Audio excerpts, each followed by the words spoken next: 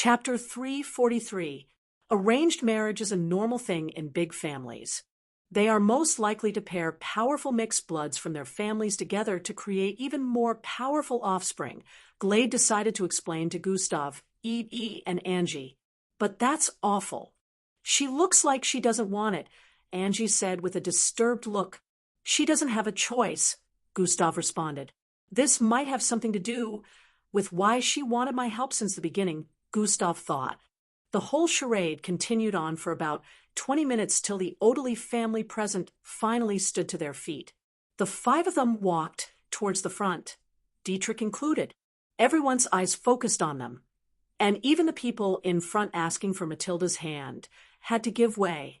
Don't tell me the Odeley family is also interested? Damn.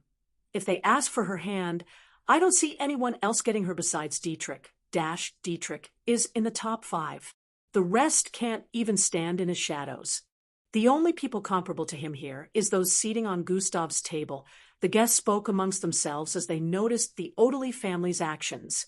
Young Miss Matilda, as you know, our young blood here is among the top 5 MBO test participants worldwide. Our family is among the most prestigious on the planet. What more could you need that can't be found in a young man such as Dietrich? Dietrich's uncle stated while making gestures. Carts and carts of different things were brought into the place. Unlike the other families who brought gifts, the Odeley family gifts were way too plentiful and massive. Some of the gifts can fit into your living room, so we have placed them outside. The other kid spoke. It was practically like the Odeley family came over to flex. You both are going to be in the MBO camp, which means you will have more time to get to know each other and do great things together. The uncle started speaking again. This is a great opportunity for both families' collaboration and creation of even more powerful offspring for the future generation. Don't you think so, Elder Mew?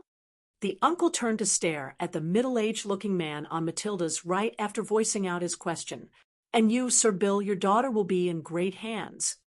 Who else would you have as your son-in-law? He turned to face the man on Matilda's left before voicing out. It turned out the man on Matilda's left was actually her father. The elder leaned slightly and whispered in Matilda's ear, "You know who to pick. Do not disappoint me, and go for Dietrich now." Matilda's face at the moment didn't have a smile anymore. She hid her current emotions under a poker expression. Matilda's father leaned slightly and whispered, "It's all up to you, darling.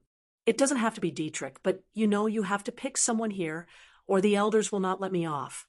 Just go for someone that you feel you might like later on." Matilda's eyes squinted as she heard that. She stared at Dietrich, who was currently scrutinizing her from head to toe, with a smile. The other male youngsters in the vicinity already had lost hope of having Matilda the moment the Odeley family became involved, but they still stood there and waited for Matilda's decision. Matilda turned her face to the side to stare in Gustav's direction. She and Gustav made eye contact, and Gustav instantly understood that she was about to make a decision that would include him. "I guess I just have to go with it." Gustav sighed internally. Matilda stood to her feet and moved 2 steps forward. She turned left and right to stare at all the kids like she was observing them. The atmosphere turned tense as everyone waited for her decision. After a few more seconds, she spoke, "Just like you said, Elder Garrett. It would be wonderful to bear powerful offsprings that we can be proud of in the future, which is why for that I want a very powerful partner, which is exactly why my nephew is perfect for you." "No one here can match his strength," Dietrich's uncle replied. "That is not quite true," Matilda replied. "What? Check out these losers. Which one of them could be compared to Dietrich? Haha. None of them even managed to make top 50 worldwide," Dietrich's uncle said with a burst of light laughter while pointing at the rest of the youngsters currently standing in front. Hey, just because they come from a big family doesn't mean they should bully others. Tch. That old man is so cocky just because they're from the Odeley family. Most of them in the vicinity were not happy with what they heard. No one would like to be called a loser, even though they were inferior. These youngsters felt wronged, but they had forgotten that they were also quite cocky, and if they were in Dietrich's shoes, they'd also look down on others weaker than themselves. Not them, but yes, there is one that your nephew isn't as powerful as, Matilda voiced out. Just who is she talking about? The youngsters stared at themselves, wondering who that person was. Gustav Crimson, Matilda said with a loud voice that echoed in the vicinity. Everyone's eyes slightly widened as they heard that. This was no doubt triggering, since it was very true. Dietrich might be top 5, but Gustav was currently known as the undisputed first position, which was said to rival special class candidates before he even became one. The Odely family had an expression of dissatisfaction as they heard that. They would have loved to dispute the claim, but they couldn't. I don't see him among the young men asking for your hand. So what do you mean, young miss? Dietrich's uncle asked. This was also the question on everyone's mind, since they wanted to know where Matilda was going with this. Gustav also squinted his eyes as he stared in her direction. Of course, I know that. What I am trying to say is... Matilda paused for a bit before deciding to continue. My standards for a partner are high because of Gustav's level of strength, so right now I have only one requirement, Matilda added. Which is? Dietrich's uncle asked. I will only agree to take a partner that can defeat Gustav, Matilda voiced out. This is my only requirement. Defeat Gustav and you can have my hand. Chapter 344. I will only agree to take a partner that can defeat Gustav, Matilda voiced out. This is my only requirement. Defeat Gustav, and you can have my hand. Chatter, chatter, chatter. The entire place became noisy as they heard and processed Matilda's statement. Dash, she wants what? Dash, this might become an impossible task. Dash, I'm still gonna try. I just have to defeat Gustav. Dash, if I defeat him, I can have the Koyan family princess. I will have to train hard and try my luck. Everyone interested in Matilda turned to stare at Gustav. Gustav felt a bit uncomfortable seeing everyone turn to give him different kinds of stares. Some were stares of anticipation. Some were stares of hopelessness, while some gave him crafty glances. A lot of them started formulating different plans in their minds. So this was her plan all along. I guess I just have to make sure none of these guys ever defeat me, Gustav said internally as he noted the looks of every suitor present today.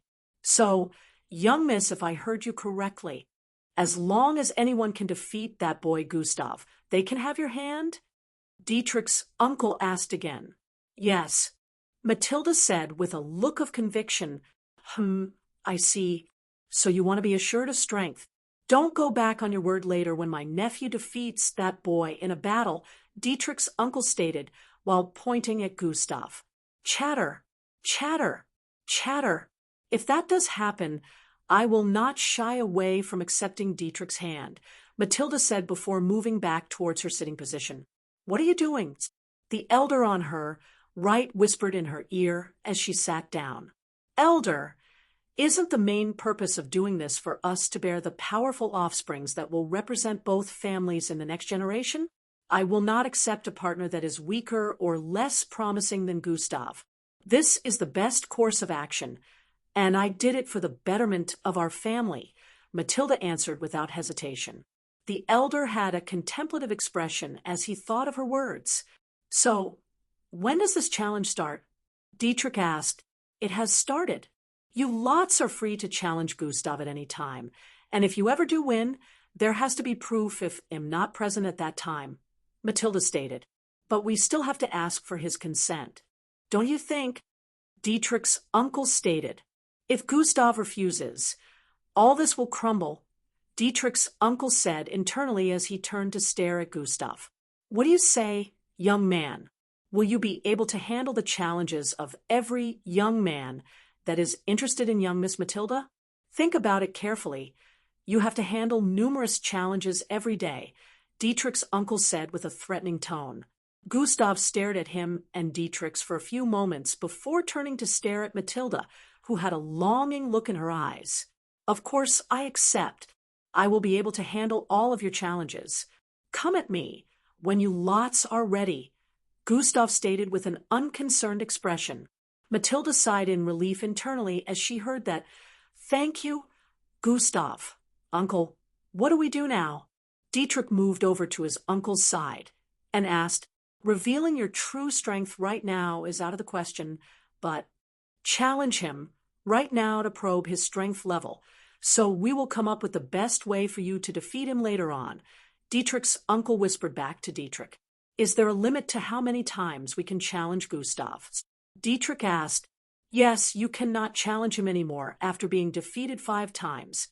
Matilda replied, all right, Dietrich said before turning around. Gustav, I challenge you to a duel now. This would mean I have only 4 more tries after this, Dietrich added. Chatter, chatter, chatter. Dash, he didn't even wait for the party to come to an end first. Dash, looks like Dietrich is keen on embarrassing himself in front of everyone. Dash, I would at least go train and come back to try fighting Gustav first. Some of the youngsters in front felt Dietrich was stupid challenging Gustav right now, but they had no idea that this was just a ploy. Where would the battle hold? Gustav asked after hearing that. He was quite surprised himself that someone would challenge him right on the spot.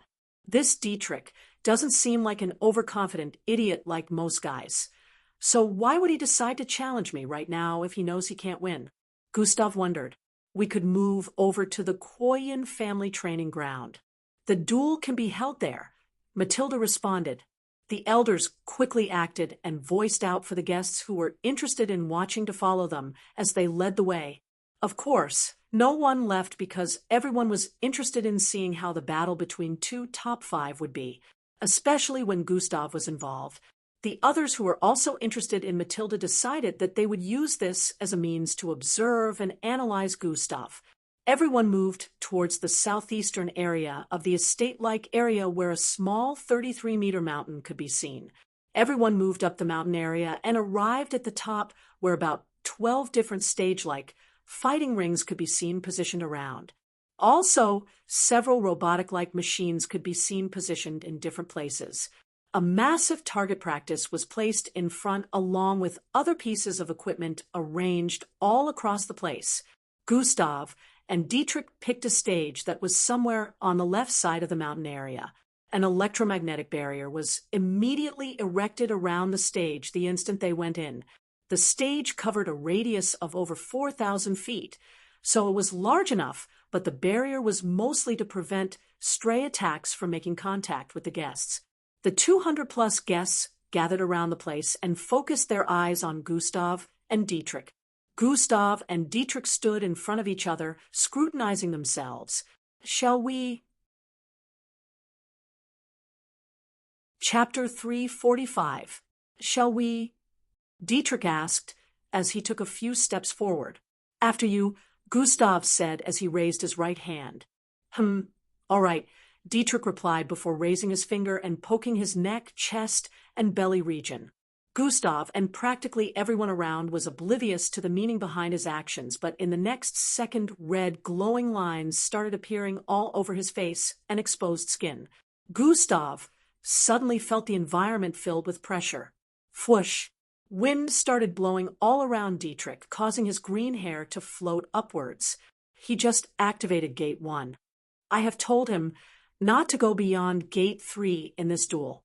He better listen, Dietrich's uncle said internally as he stared at Dietrich. He's pretty strong. Underestimating him would not be a sensible thing to do, Gustav said internally as he activated Sprint. Swoosh!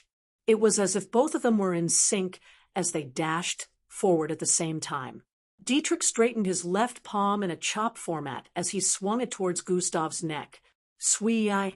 Gustav spun and dodged the swing while swinging out his own leg in response. Bam! Leg and arm collided, causing Dietrich to spin from the colliding force, but then, as he did a 300-degree turn, he stabbed his right hand towards Gustav's chest. Gustav responded by slapping the arm away and pushing his right hand forward. Palm strike has been activated. The air was pierced through fiercely as Gustav's palm traveled towards Dietrich's chest. Dietrich reacted quickly by raising up his left arm to block his chest. Bam! Gustav's palm collided with his arm, causing him to be sent sliding backwards by several 10 feet. SSHHHSSS. He's not as fast as I am, but he reacts quite well to every one of my attacks. Gustav noticed this and stared at Dietrich, who was up ahead with a suspicious look. Damn, he is strong, Dietrich said internally as he slowly lowered his trembling left arm down. My bone almost got fractured from that hit. He stared at Gustav in front with an astonished gaze. As they paused for these brief moments, Dietrich raised his right finger and poked his left arm, right and left rib cage area, as well as his abdomen. Whoosh! The wind surrounding him quickly became more intense as he stared at Gustav. Gate 2, Dietrich's uncle said internally after noticing Dietrich perform that action. Dietrich raised his finger once more and pointed it at Gustav. Air pressure, force 1. The instant he voiced that out, the air surrounding Gustav suddenly got sucked into a small circle in front of him. Gustav felt the environment void of oxygen and dashed forward as he held his breath, but just as he took a step forward, boom! The sucked-in air suddenly exploded outwards with intensity. K-R-Y-Y-Y-H-H-H-H-H-H. Fwumsh! Gustav had already moved several steps forward, but he still got caught up in the wind pressure explosion, which turned the vicinity of 100 feet into a small crater. Bang! The wind knocked Gustav forward, sending him flying towards Dietrich, who responded by swinging out his right arm. Gustav raised his arms upwards for protection since he wasn't able to counter the attack fast enough. Bang! It was like metal hitting metal as Dietrich's hand in a chop-like format collided with Gustav's arms, sending him flying backwards. Gustav did a flip in the air and landed several hundred feet away. He has gotten stronger. Gustav was able to notice this the instant both of their bodies made contact. The back of Gustav's shirt had been torn apart due to the pressure of the wind earlier, but he was glad he already pulled his jacket off earlier and gave it to hold for him. How is he still uninjured? That wind explosion is capable of knocking down a 12 inches thick brick wall. My strike earlier also barely had any effect. Dietrich noticed this. He and Gustav dashed forward again and traded blows. Bang, bang, bang, bang. With every hit, Gustav was able to confirm that Dietrich did get stronger after performing the actions he did earlier. Gustav was only a tiny bit more powerful in levels of strength right now. Dietrich used several air attacks as they battled, but Gustav was able to dodge every one of them this time, since he wasn't taken unawares like before again. Impeccable speed, wonderful reflexes, top-notch fighting skills, and unmatched strength, all without even activating his bloodline, Dietrich noted as they battled. He was slowly getting beat back and receiving minor injuries as the battle went on, but he wasn't ready to quit yet. Dash, amazing. He's going against Gustav for this long. Dash, yeah, I didn't even know that he would last this long. Dash, Gustav still hasn't made use of his bloodline ability, though. Dash, yeah, wasn't a transformation. The guests said amongst themselves as they watched. Gustav bent backwards as he dodged an air cannon firing from Dietrich and placed his hands on the ground. He made use of his palms to lift his entire body up and push his legs forward. Bang! His foot slammed into Dietrich's jaw, sending him flying backwards as blood flew out of his mouth. The ground beneath Gustav cracked open due to the hit. Gustav had managed to successfully land hits on Dietrich earlier, but this happened to be the most powerful one. Gustav landed back on his feet and dashed forward again. Combination activated. Sprint plus dash swoosh. Everyone was amazed by the immense acceleration as Gustav arrived in front of Dietrich's soaring body with an outstretched palm. Dietrich's body was currently upside down as it flew across the air with his back facing Gustav. Palm strike activated. Bam. Gustav's palm slammed into Dietrich's back, causing a loud bone-cracking sound to ring out as a bust of wind blasted across the place. Swee-eye. Dietrich's body catapulted forward like a rocket launch as he slammed into the barrier on the other end while coughing out blood. Gasp. The entire crowd was wowed after witnessing this. It was expected, but they thought Dietrich would at least make Gustav activate his bloodline, but this didn't seem to be the case. Dietrich slid down the barrier, which was over 1,000 feet from Gustav's current position, and landed on his knees. Gustav stared at him with a suspicious look. "Stay down," he voiced out. Dietrich opened his eyes, which were blurry due to the intense hit, and stared at the ground. He smiled as he wiped the blood from his mouth and nostrils before raising his head up to stare at Gustav. "I'm not done yet," he muttered as he stood to his feet and raised his right finger. He started poking different parts of his body again. "Combination has been activated. Sprint plus dash swoosh." Not this time, Sheldon. Gustav closed in the distance between them in almost an instant as he threw out his arched back right hand. Bang! His fist slammed into Dietrich's stomach, causing him to slam into the barrier again before passing out. KRRHHKKKK. Cracks appeared on the barrier as Dietrich's body slid down. "This time, you are staying down," Gustav said as he turned around. Dietrich's uncle and other relatives that were present shouted with looks of concern as they stared at Dietrich, who had passed out on the stage. Chapter 346. Gustav won as expected. We have no chance of winning since Dietrich was not even able to get him to activate his bloodline. If he activates his transformation bloodline, that would mean he had gotten serious. This shows that I need to train harder and become stronger than I am before trying to fight him. Gustav had suddenly become a source of motivation for his peers who were interested in Matilda. The barrier was deactivated, and the Odeli family quickly went upstage to give Dietrich medical attention. Gustav walked down the stage and quickly took his jacket and wore it to cover the back of his clothes that were completely torn apart. "Good job, man. You just saved Matilda from the torture she would have gone through getting married to someone she didn't like," he said to Gustav. I still wonder what she's playing at. And how long she intends to keep this going," Gustav said with a slightly suspicious look. Glade, Rhea, Timmy, and Angie also stared in Matilda's direction as they heard that. "Go talk to her," he suggested. "I tried that before. I'll try something else this time," Gustav said as he walked away. "Wait, Gus, Tav," Angie called out, but he was already gone. The guests stared at Gustav with looks of admiration and envy as he moved towards Matilda. Angie stood beside Glade with a suspicious look on her face. "Did he tell you anything beforehand about his invitation?" Glade asked. "No, he didn't say anything. I also didn't tell him I was invited, so." Angie responded but didn't complete her sentence. "Why does the atmosphere between you two seem off?" Glade asked while pulling Angie to the side.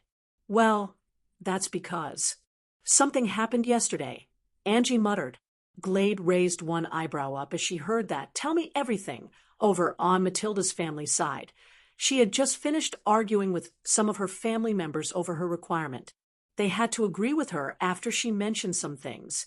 "So, what if no one is eventually able to defeat Gustav?" one of the elders asked. Matilda had a look of contemplation on her face as she heard this.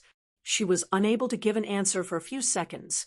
"I will take up the responsibility of marrying her myself," Gustav spoke up from up ahead as he approached the group. "Huh? You will?" Some of the elders voiced out at the same time. "Yes, or am I not worthy enough?" Gustav asked as he arrived in front of them. No. Ha, you certainly are worthy enough. The Quoyen family will be extremely blessed to have someone like you as our son-in-law," the elder who was initially bereaving Matilda voiced out with a smile. Matilda had widened eyes as she stared at Gustav with a look of disbelief. What is he doing? But that is only based on if none of her suitors are able to defeat me in the future. If I am defeated by any of them, she'll still have to become engaged with that person, Gustav stated. "Yes, of course we understand." The elders, as well as Matilda's father, smiled and nodded as they spoke. "Now, if you lots don't mind, I have to speak with her alone," Gustav said as he held onto Matilda's hand and pulled with him as he walked away from the training ground. Angie and Glade didn't notice Gustav leaving the area hand in hand with Matilda because Angie was currently explaining what happened with Endrick to Glade. Everyone, thank you for coming. According to our young princess requirements, anyone that is able to defeat Gustav will get her hand in marriage. One of the elders announced again. There is something else I would like to announce, the elder said, causing everyone's attention to be drawn towards him, Angie included. If no one can defeat Gustav in the future, our daughter will be betrothed to him. It was like a bomb went off as he revealed that. Everyone's eyes widened in surprise as the entire place became noisy. What? Angie voiced out subconsciously as she heard that. Where's Gustav?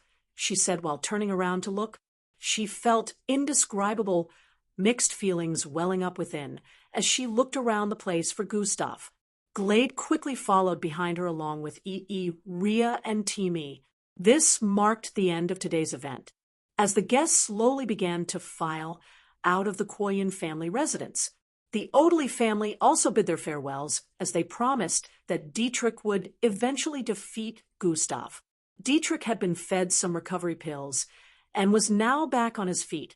He had checked for Gustav, wanted to have a word with him after gaining consciousness, but he couldn't find him anywhere, so he left with his family. Several minutes later, as they sat inside the private aircraft that was going to fly them back to their city, their uncle spoke. You did well today, he voiced out. But was that really necessary? Dietrich asked. Yes.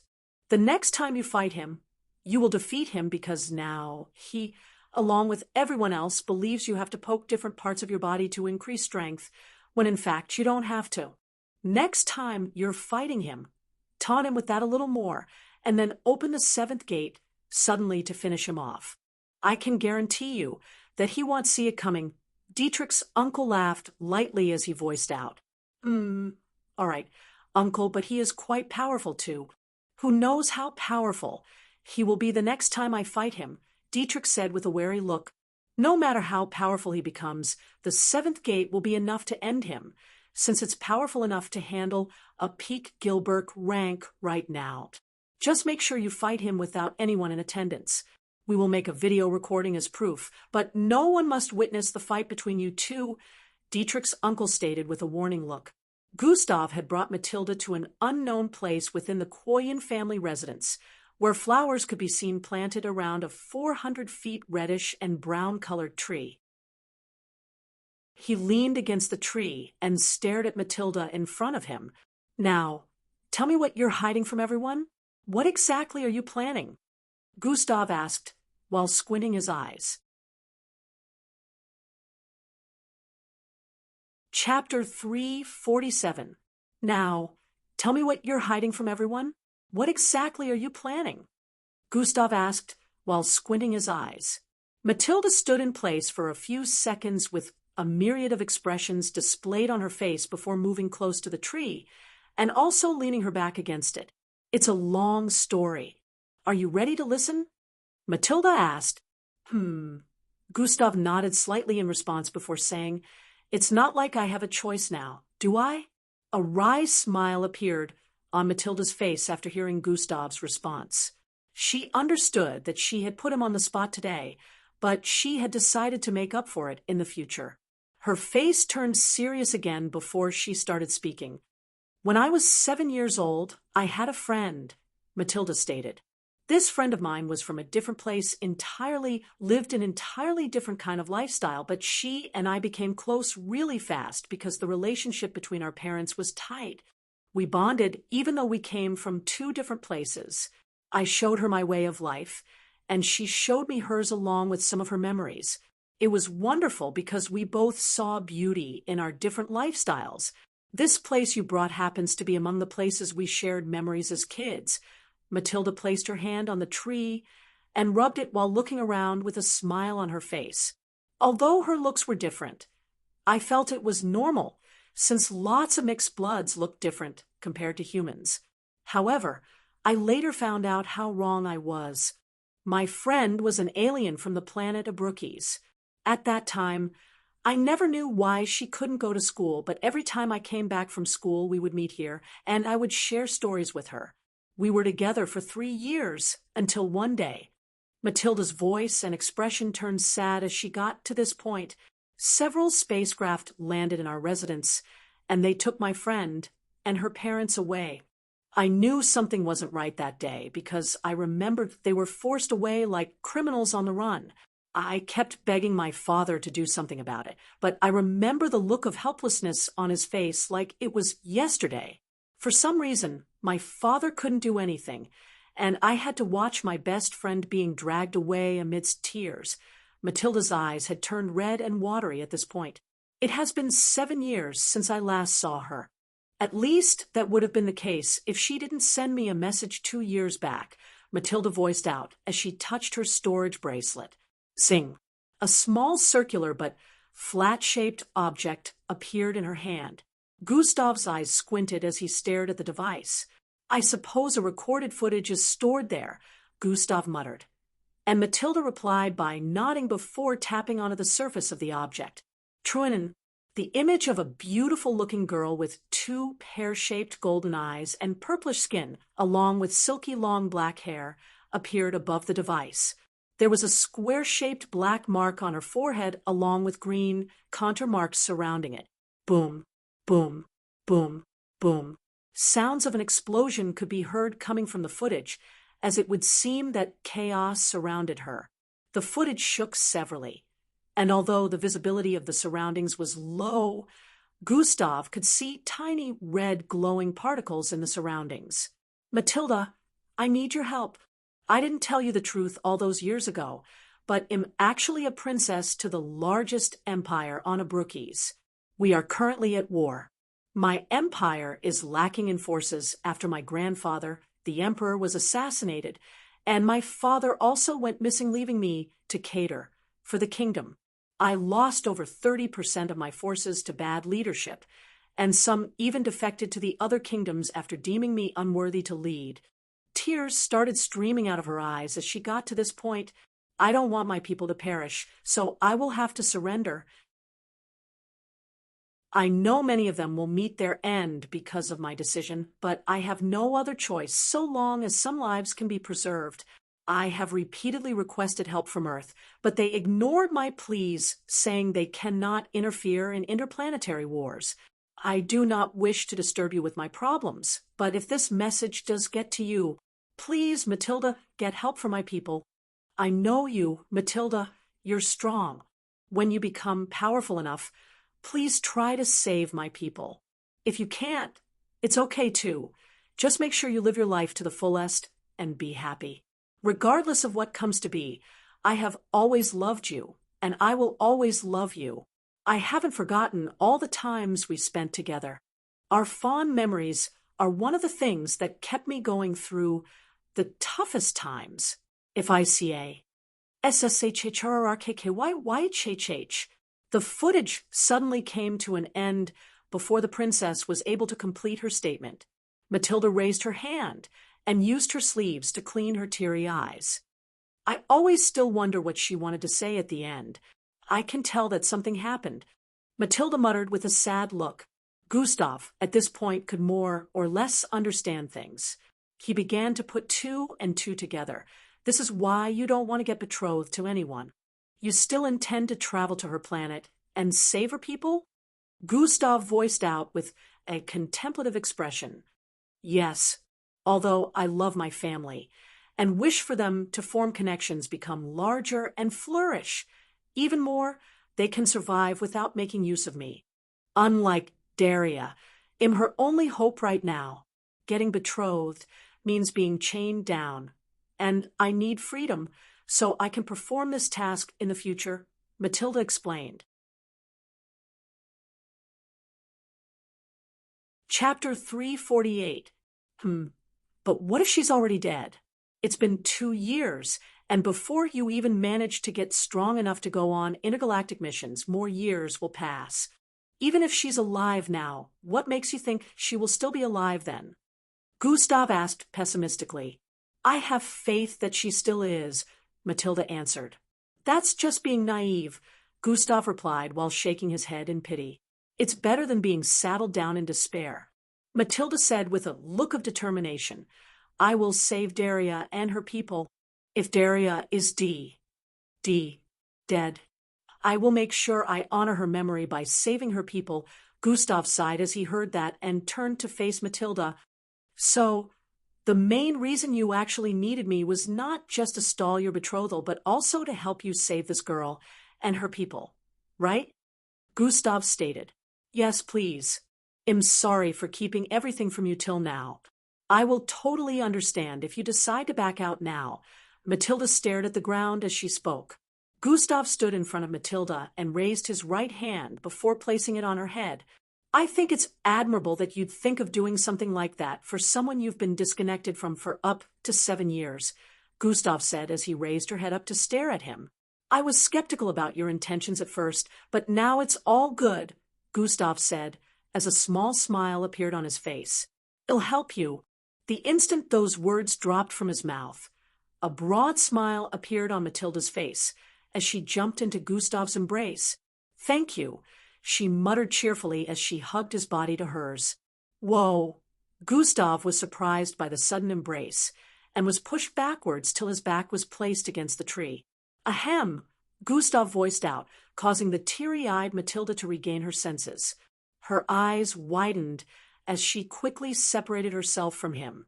You didn't let me finish. It'll help so long as it doesn't clash with my goals, because I also have plans of touring galaxies, Gustav stated. That's still fine by me. Matilda displayed her full set of beautiful white teeth as she voiced out. All right. Gustav had expected her to be disappointed by his statement, but she still seemed hyper. That being said, we need to start making plans as soon as possible, and you need to become Before Gustav could complete his sentence, someone screamed out his name from up ahead. Matilda turned around and noticed Angie far in the distance. We'll discuss this later, Gustav said, as both of them started walking forward. Angie was coming towards that direction with Glade, Rhea, and Timmy, along with a few guards from the Koyan family. They noticed Gustav and Matilda coming from up ahead side by side. Some of the guards even started voicing out their admiration as they noticed Gustav and Matilda. Young Miss Matilda and young Sir Gustav are a perfect match, one of them voiced out. Angie's forehead creased as she heard that. She was tempted to scream. Shut up, but she held herself back. Gustav, Matilda, you both have been gone for quite some time. Rhea voiced out the moment they were close. We had personal business to talk about. Gustav replied as they arrived in front of them. Personal business, like. This was the same question on everyone's mind, but Rhea was the only one dumb enough to voice it out. None of your business, Matilda responded. Rhea. Hey man, I'ma have to leave now. I need to get back home to my mama, he voiced out as he stood in front of Gustav. You should meet my sister one of these days. She's a huge fan, he added. Oh, I wouldn't mind that, Gustav replied. You two would make cute babies together. She's single, he winked as he added, causing Rhea and Timmy to burst into laughter behind. Angie was not finding that remark funny, so her forehead creased even more. Glade was on her friend's side, so she also didn't laugh. Gustav laughed lightly before speaking. All right, you need to go. Yeah, I think I do, before Angie stares me to death, he said as he noticed Angie's dark glance. Take care, man. He shook Gustav's hand before turning around with some of the guards escorting him. I think I'll leave you girls to catch up first, Gustav said as he started walking away also. Rhea and Timmy followed behind, leaving Angie, Glade, and Matilda there. Matilda smiled at both of them before gesturing for them to follow her back to their house. Several minutes later, the three girls sat in the dining area and started discussing. Matilda, do you like Gustav? Angie asked with a slightly shaky voice. Huh? Matilda exclaimed with a confused expression. An hour later, Gustav and Angie arrived back home. Angie looked swell and quite delighted As they got down from the ride that brought them back, she and Gustav walked upstairs to the last floor amidst the glares and looks of admiration their neighbors were throwing at them. As they arrived at the corridor, Angie spoke. "Gustav, do you still remember our date tomorrow?" Angie asked. "Sure I do. Where do you want us to go?" Gustav asked. "Let's meet up at the Kremlin restaurant by 5 p.m. tomorrow. Is that okay?" Angie asked. 5 p.m. "All right, cool," Gustav responded as they arrived in front of each other's apartments. Angie bid him goodbye and walked into her apartment. As she shut the door behind, she breathed out a long breath and placed her back against the door. "I'll have to make use of the advice Glade gave me," she muttered underneath her breath before moving forward. Gustav also arrived within his apartment and took off his jacket. "I can just hold off whatever I want to say till tomorrow," Gustav muttered as he proceeded to head towards the bathroom. Several minutes later, he finished showering and moved to his bedroom to change. "I might have to spend the entire night within the borders testing out my Yarki," Gustav said as he got clothed in black. "I will also be getting my armor clothing tomorrow. Friday hunting the mixed breeds needed for the new department. Mr. Gahn is giving me." Gustav's mind suddenly recalled something as he got to this point. "I am yet to open the package Mr. Gahn gave me," Gustav stated. He finished putting on his clothes and walked towards the living room. He grabbed the small box on his reading tab and started to unwrap it.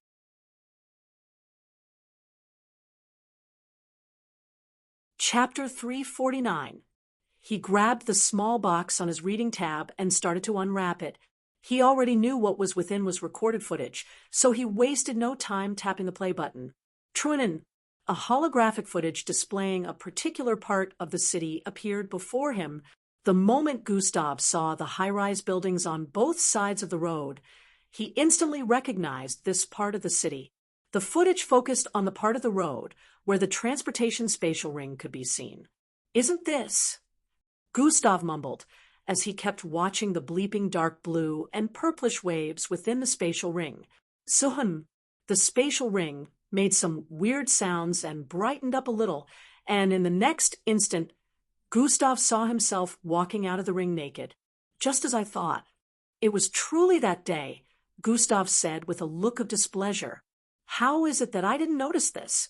Gustav wondered as he kept watching the footage. He could be seen breathing in and out profusely as he walked a few steps forward. "Based on the closeness of the recording device, this is within my range of detection, which means it was zoomed in from far away," Gustav analyzed. As Gustav sped off into the distance a few moments later, the recording device zoomed out, and Gustav figured out just how far it was from his location. His speculation was right because he could tell that the video was taken from more than 10 blocks away. "We got him." These were the next words Gustav heard before the footage came to an end. "For Mr. Gahn to give me this. He must have gone through some trouble to acquire it," Gustav muttered with a look of gratitude as a milky glow covered his hands. "Atomic disintegration has been activated." The object that displayed the footage slowly disintegrated and started to disappear into thin air. "This shows his sincerity," Gustav said as he closed his palm completely after the object had been completely incinerated. He knew how this would have caused a big stir if it was revealed to the general public, since no Zulu-ranked mixed blood was supposed to have a body as sturdy as his. A lot had already been revealed to the general public, and he was still being questioned based on those revelations. This would make things far worse than the current situation. Gustav decided that he would call Mr. Gahn later to thank him. A few moments later, he proceeded to leave the house. After several hours had gone by, Gustav was within the border, standing on a rocky path with a pinkish glow spread outwards from his body. A large crab-like creature with green pincers could be seen moving according to the movement of his fingers and words. "Stop," Gustav commanded, and the creature immediately came to a stop. Gustav checked on his Yarki and noticed that he still had around 30% of energy left. "I'm able to keep level 7 mixed breeds under my control for about 30 minutes before running out of energy." Gustav took note of this. In the last few hours, he had been using his Yarki on different levels of mixed breeds and calculating the usage of energy in tune with the time he spent putting them under his control. He has only used his Yarki on the mixed breed in front of him for about 5 minutes, but he was able to calculate the time he would be able to keep them under his control if his energy was full. That's enough experimenting for today. Gustav dashed forward and used Slash repeatedly. Slash has been activated. His arms were coated in a milky glow as they sliced through the legs of the creature, making it handicapped a few moments later. You have killed a quintlet mutated crab, plus 20,000 EXP. Gustav deactivated his Yarki afterwards and took the remains of the mixed breed before leaving the scene.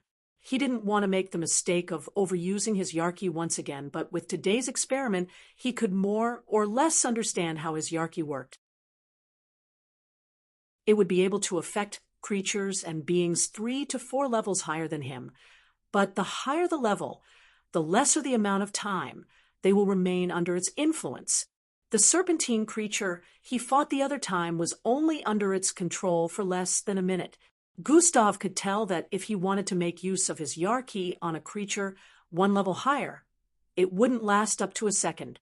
He decided he would come here again tomorrow to test it out and keep training with it for the next few days that he was going to be around the neighborhood. Gustav got back into his apartment close to midnight and immediately started the process of recharging his Yarki. This time it was way faster than before, since it didn't completely run out of energy. In a few hours, Gustav went to bed after it got recharged back to 100%. Gustav woke up around 10 a.m. in the morning, different from his usual time of waking up. Because of his lack of sleep during these days, he had actually slept longer than he wanted to. "Good morning, sunshine." Gustav heard the voice of the system as he stood to his feet. "What's with the cheesy greeting?" Gustav had a weird look on his face as he spoke. "Have you forgotten when you mentioned that I didn't interact with you? Well, I'm doing that now." The girly voice of the system turned cuter as it spoke. "That sounds quite disgusting." "Stop it," Gustav said with a look of discomfort. "Guess what's disgusting? Your morning breath." The system voiced out with a slightly annoyed tone. "Gustav, aren't you forgetting something?" the system asked. Forgetting what?" Gustav asked. "Your daily tasks." The system reminded. "I didn't forget my daily tasks. I'm not about to start today's daily task. I'm not that dumb." Gustav paused as he remembered something. "I missed 2 days, which means I have to complete 3 days worth of daily tasks, a total of 9 today," Gustav stated with a look of realization. "There you go, Sherlock," the system voiced out with a solemn tone. "Failure to complete even one of these tasks will result in a 3-day punishment."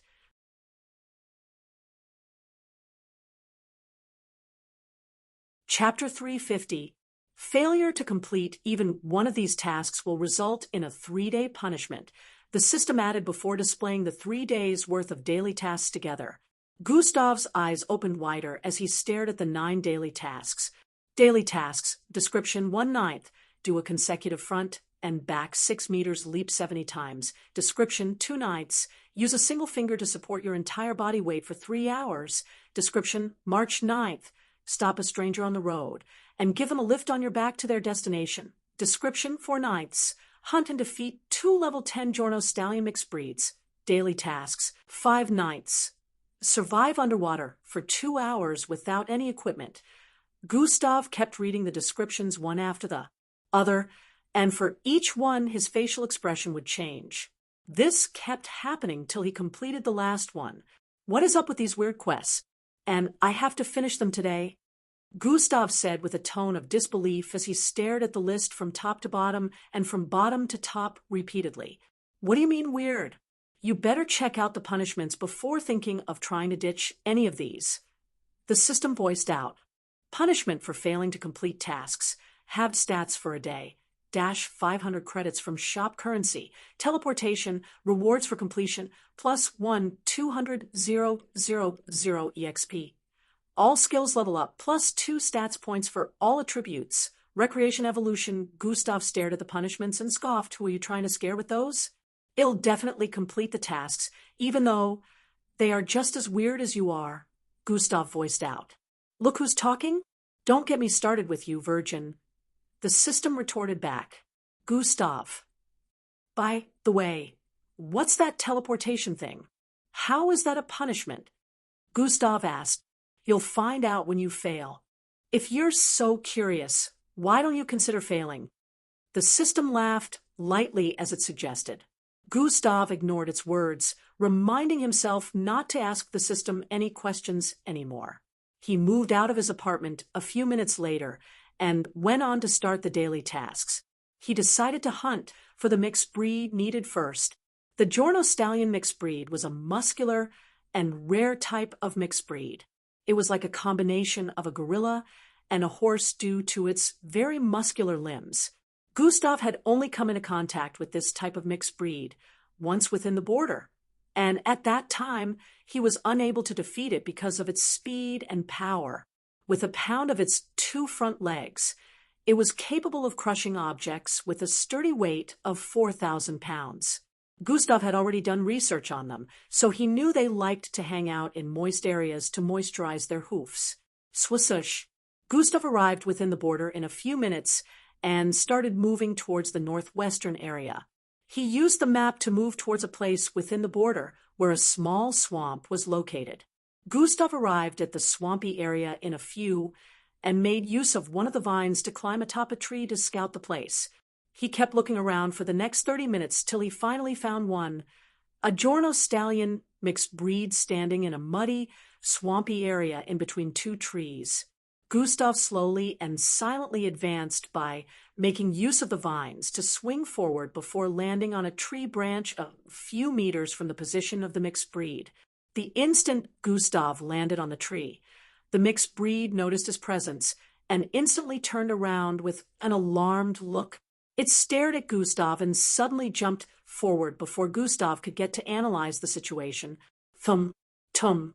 Its 2 front legs crashed into the tree, just as Gustav also jumped away from it. Bang! The tree was sent crashing down instantly, causing a loud sound of snapping branches to reverberate across the place. Gustav grabbed a vine and swung forward as the mixed breed chased after from behind. The Giorno Stallion mixed breed was also capable of leaping far distances with its powerful legs. The instant this particular one leapt, it arrived behind Gustav with its 2 front legs pounding forward with intensity. Gustav let go of the vine and started free-falling, which allowed him to miss the leg of the mixed breed. First off, before I waste my time, is that a level 10? Gustav asked. That is a level 10. Lucky for you, it's still bordering on the line of breakthrough into level 11. The system replied, causing Gustav to sigh in relief. But guess how many levels it will go up if it manages to eat you? The system added. Gustav. Gustav quickly leaped backwards in the next instant, dodging the landing of the creature. Mud was sent splashing everywhere, but Gustav still bolted forward with speed in the next instant. His speed was reduced due to the thick mud that kept splattering everywhere as he moved forward. The Giorno Stallion also leaped forward, stomping towards Gustav's face. Gustav could feel the intensity and the amount of force those mighty legs carried as they moved towards his face. Luckily, he was only slower than it a little when making use of sprint. Gustav spun around and sent his palm towards the right front leg of the creature. Slash has been activated. A milky glow coated his palm as it arrived before the leg and slammed into it. Fining! A loud metallic sound rang out as the creature spiraled across the air and landed several meters towards the side due to the collision. Looks like what they say about its legs being extremely sturdy is no joke, Gustav said internally as he discovered that his hit didn't manage to damage the creature's legs. The Giorno Stallion quickly jumped back to its feet again after being beaten down and ran towards Gustav. Gustav, who had realized that he shouldn't aim for its legs, started transforming into the mutated bull. His legs that were initially being trapped by the slightly deep mud were now moving with ease.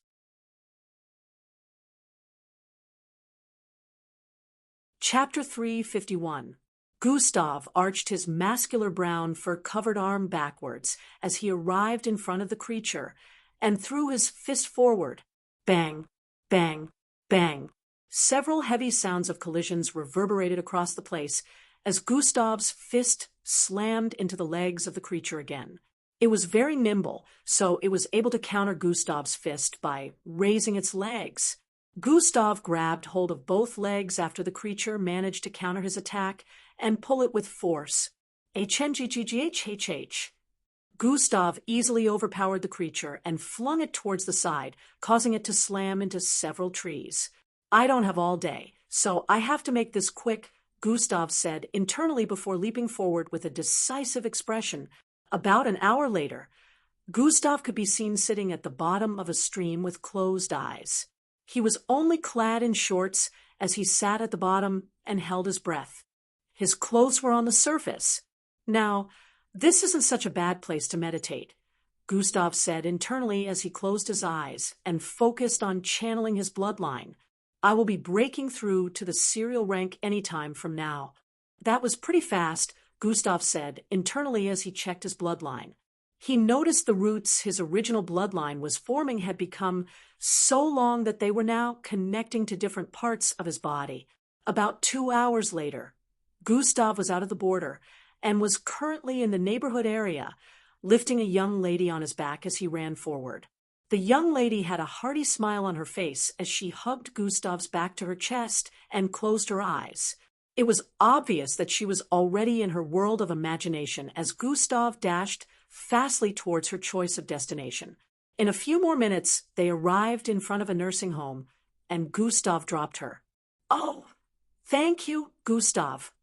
Here is my contact. Just as she voiced out in delight, she noticed that Gustav was no longer in front of her. Oh, where did he go? I wasn't able to get his contact, she voiced out with a dissatisfied expression.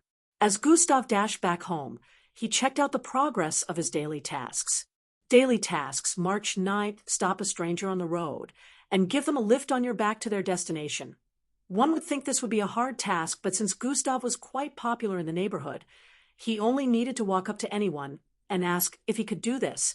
So it was quite simple. However, that didn't change the fact that Gustav saw it as weird. It was already around 2 in the afternoon. So Gustav knew he had to be fast in completing these tasks since he had a date with Angie by 5 p.m. Gustav started heading back towards the forest area before the border. When he got there, he started leaping back and forth repeatedly. After another 2.5 hours had gone by, Gustav checked his progress. Daily tasks: 6/9 race back and forth to the MBO tower from your apartment. Now he only had about 3 more tasks to perform for the daily tasks to be complete. The issue with the tasks was that they were a lot of time-taking tasks, so he spent longer time finishing some of them than he normally would. But right now, he couldn't continue with the tasks because, as promised earlier, he had a date with Angie. He decided he would come back to finish them after the date, so he decided to head home and prepare. In about 20 minutes more, Gustav was done with preparations. He moved out of his apartment, dressed in a wine-colored suit he bought some time ago with a black cotton fabric within. He even styled his hair a bit. He met Angie in the passageway dressed in a tight, long, sleeveless white and pink gown. Both of them had made each other speechless for about a few seconds as they stared at each other. Angie's face turned really flushed as she stared at Gustav's handsome face. Gustav also stared back at her with a look of hidden admiration. His eyes stopped on her cherry-red lips, and he recalled something causing him to look away. Shall we?" Gustav asked, while gesturing towards the right that led to the stairs. H&M. Angie smiled in response as she walked side by side with him. Different kinds of thoughts were running about her mind as she remembered his gaze a while ago. Downstairs, a ride was already waiting to take them to the Kremlin restaurant, which was about 3 blocks away from where Angie and Gustav usually parted ways when heading for school in the past. Angie was unable to say a word within the vehicle due to nervousness as they traveled towards their destination. Gustav, on the other hand, still had different thoughts circulating in his mind, and had decided he was going to mention what was on his mind to Angie today. In a few minutes, they arrived in front of a 37-story beautiful-looking building and walked in. They headed towards the elevator and stopped at the 30th floor, which happened to be where the restaurant was situated. A few minutes later, Gustav and Angie were seated in an open space where a view of the city could be seen on their left side. Their table was packed with all kinds of delicious foods Gustav ordered, and they started to feast. Their passable steak is passable, but they really need to change the cook that made this trashy dish. Boss Danzo is so much better, Gustav muttered as he ate. Eating like this always reminded him of Boss Danzo. You really are a food lover, Angie smiled as she voiced out before putting another spoonful of food in her mouth. Have you seen anyone who cooks that doesn't love food? Gustav asked. Angie smiled back as she kind of understood what Gustav meant. So, Angie, you go first, Gustav suddenly voiced out. What do you mean? Angie asked after sipping some water. I know you have something to say. Go ahead first before I say mine, Gustav stated.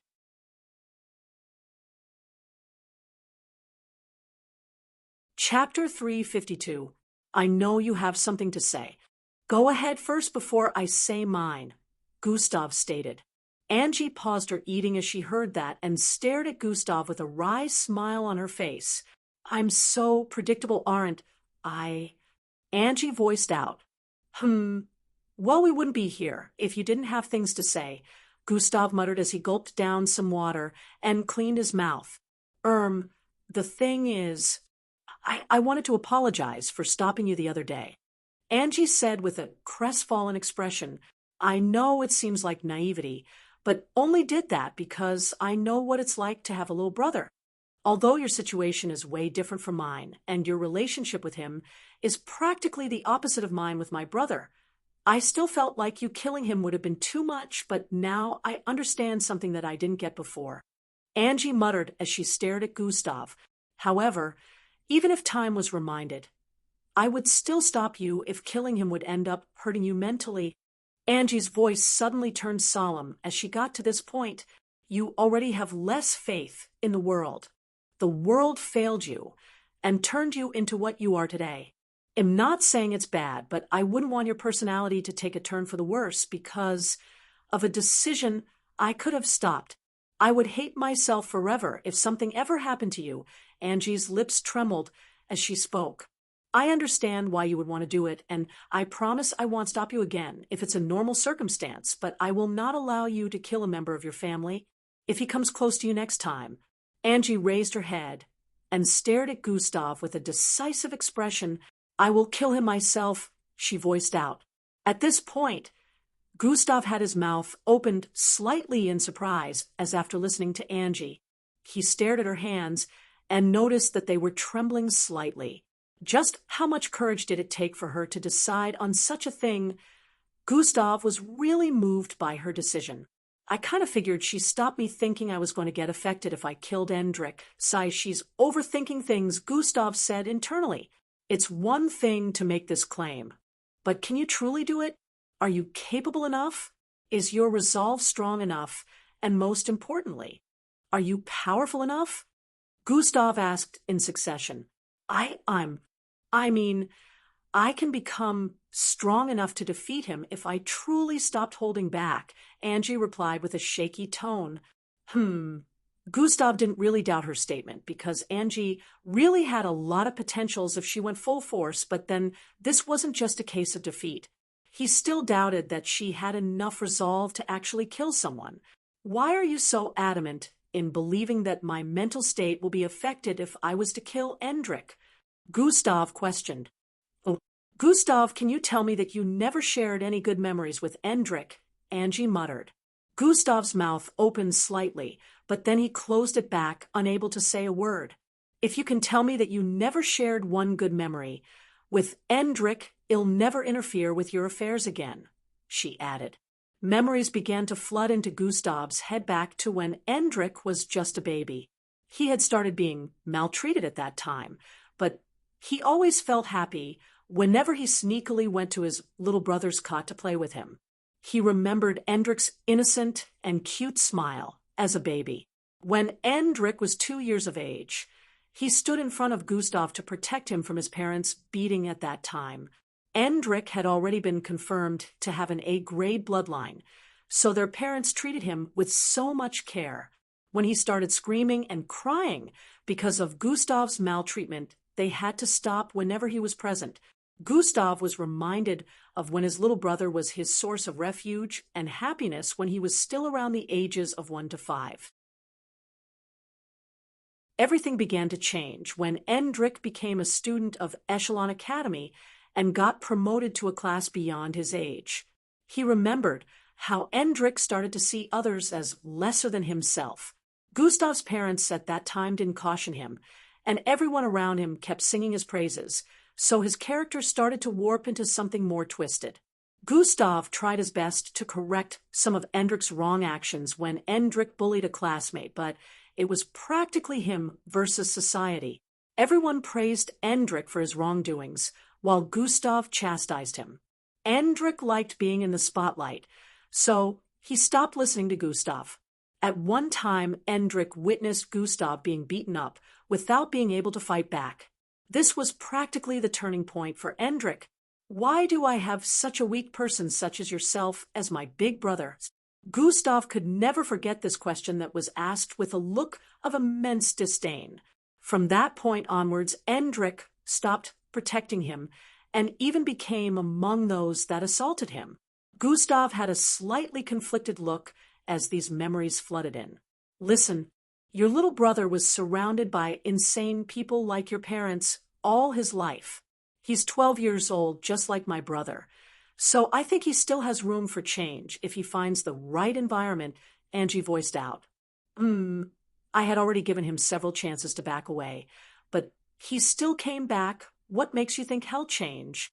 Gustav asked with a slightly annoyed expression. He didn't like the fact that he had to recall all those memories because it made him feel like Angie was right to have stopped him. He still hasn't been given a change of surroundings. The MBO training camp will be the best place for him to learn humility, since he's not the only one who's special, but if he doesn't like you said. Angie slightly raised her right hand as she spoke. If he still comes back looking to kill you, let me take care of it.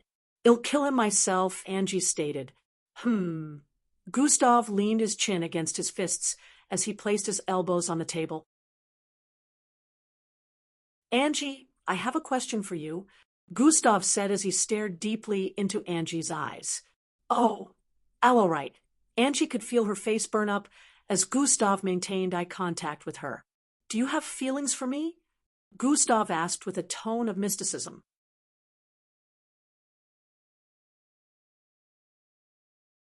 Chapter 353. Do you have feelings for me? Gustav asked with a tone of mysticism. Huh? Angie's eyes widened as she heard that. Angie was shocked by the unexpected question, so she stammered repeatedly before closing her mouth and looking down. Gustav silently waited for her answer. After breathing in and out speedily for a few seconds, she finally answered, Yes, I do have feelings for you. Angie looked up and placed her right hand on her chest. Just as I thought, Gustav muttered. Angie, Gustav called out. Why, yes, Angie responded with a longing gaze. The truth is, I am also quite fond of you, Gustav voiced out. Angie's eyes dazzled with anticipation as she heard that. But I will not accept this feeling of yours, Gustav suddenly voiced out. Huh? Why? Angie asked with a look of confusion. Many reasons, but let's start with you becoming a distraction, a form of weakness that I don't want, and your recent claim. Angie, have you ever killed someone before? Gustav asked. Angie didn't even need to answer. They both knew she had never killed someone before. Angie, now I will tell you the decision I have come to. Gustav started speaking again, after the initial silence. Angie could hear the loud sound of her heart pounding as Gustav spoke. First off, we will not be partners within the MBO. Angie's eyes widened as Gustav's first statement drifted into her ears. We will stay away from one another. I will not speak to you even if you try to speak to me. We shall neither be friends, nor shall we be enemies. You can live and train however you will over there, but let's make sure to avoid each other. With every word spoken, Angie felt like her heart was being wrenched. No, how? Why? Tears began to stream out of Angie's eyes as Gustav kept speaking. Gustav didn't even stop talking when he noticed her tears. Gustav finished listing out his plans, and Angie stared down as she wiped her uncontrollable tears with her sleeves. I know it's my fault. I deserve this for being too soft. Different thoughts of self-blame streamed into her mind. A deep feeling of sadness welled up from within her. She remembered Gustav mentioning that he would pick a better girl to be his companion. Angie, Gustav suddenly called to her. There's only one way to stop this, Gustav added. Angie raised her head, and her sad eyes glittered with hope. When you finally kill a person with your own strength and jurisdiction, it'll accept your feelings, Gustav stated. Kill someone, Angie voiced out. Yes, I still think you're not capable enough to take someone's life, so this is my one task for you. I cannot let you be my partner if you're too naive and unable to be decisive enough at moments that could be life-threatening. If you manage to pull it off, I will accept your feelings, Gustav explained and stood to his feet right after. It's your decision to make in the end, Gustav added before turning around to leave. I'm heading to the restroom. It'll give you some time to think by yourself, Gustav said as he walked away. On Angie's face, it was obvious that a lot of thoughts were going through her mind as she sat there. Gustav was on his way to the restroom. He bumped into someone familiar. Ooh, aren't you Mr. Gahn's granddaughter? Gustav voiced out as he noticed the girl with green and white hair walking along the corridor towards him. Yes, you remember me, Gustav, she voiced out with a look of delight. She moved closer to Gustav and stood in front of him. She suddenly jumped onto Gustav and locked her legs around his waist and her arms around his neck. What are you doing? Gustav voiced out, but before he could drag her off, she leaned towards his neck and gave him a love bite. Gustav felt her cold tongue and soft lips press against his neck. His eyes widened as he reached out and grabbed the girl's neck before forcefully pulling her from himself. Fwai! Gustav flung her towards the other side, and she reacted by doing a flip in the air, landing several feet away. He placed his hand on his right neck area and rubbed it with a disgusted look on his face. Vera had a smile on her face as she licked her lips and stared at Gustav. I knew you'd taste sweet. Ever since you defeated me along with everyone who was mind-controlled during the last test phase, I couldn't get you out of my mind, HNGHH, Vera voiced out and made a weird moaning sound as she placed her hand on her right chest. You hit me right here. I can still feel your hand on my chest till now, Vera said as she squeezed her right boob with a look of delight. Gustav's face was full of confusion right now as she listened and stared at her. Why does she seem different from when I saw her at the party? Gustav wondered as he recalled that she was silent and snobbish all through the party. Luckily, only a single person had passed through this corridor since this whole scenario began. This corridor led to the bathroom area, so it wasn't crowded in the slightest. The person who even passed was a man who gave Gustav a thumbs up and a wink when he saw Vera kissing his neck. Look, I don't know what you... Before Gustav could complete his statement, Vera interrupted. Let me be yours. That girl isn't good enough for you. Just like you said, she's soft, Vera voiced out as she moved closer to Gustav. You were eavesdropping on our conversation? Gustav voiced out with a look of realization. What does that matter? She isn't right for you, but I am...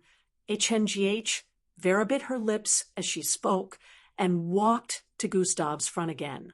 You're clearly delusional. Get out of my way.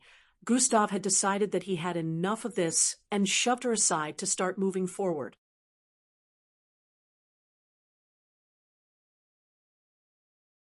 Chapter 354. She turned around to stare at Gustav's back as a creepy smile appeared on her face, and she jumped forward. She was going to land on Gustav's back this time, but he suddenly turned around and grabbed her by the neck while she was still in midair. "Do you want my partnership with your grandfather to end because of you?" Gustav asked as he tightened his grip around her neck while holding her up like a helpless chicken. However, instead of Vera's face to show pain, she seemed to be enjoying Gustav's grip getting tighter on her neck. What in the world is wrong with this girl? Gustav eventually had to let go of her, seeing that his actions were proving to be useless. "Stay away from me," Gustav voiced out before dashing forward with speed and entering the men's bathroom. Vera was unable to go after him any further, so she just stood in place with a smile on her face. "I have marked you. You will be mine, Gustav Crimson," Vera said with a smile as she started walking away from the corridor. Back in her seating position, Angie's face mirrored a myriad of complex expressions. "It's just to kill one person.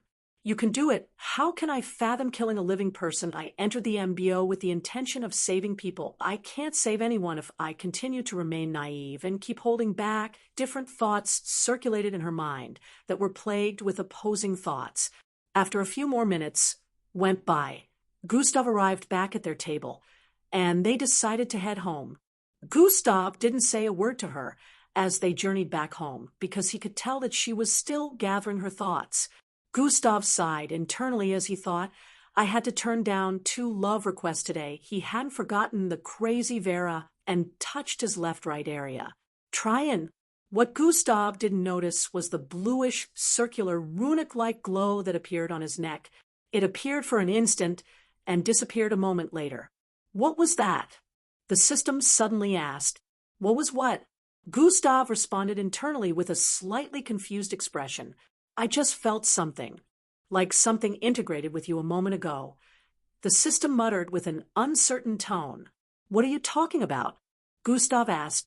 "I'm not sure, but I did feel something a while ago."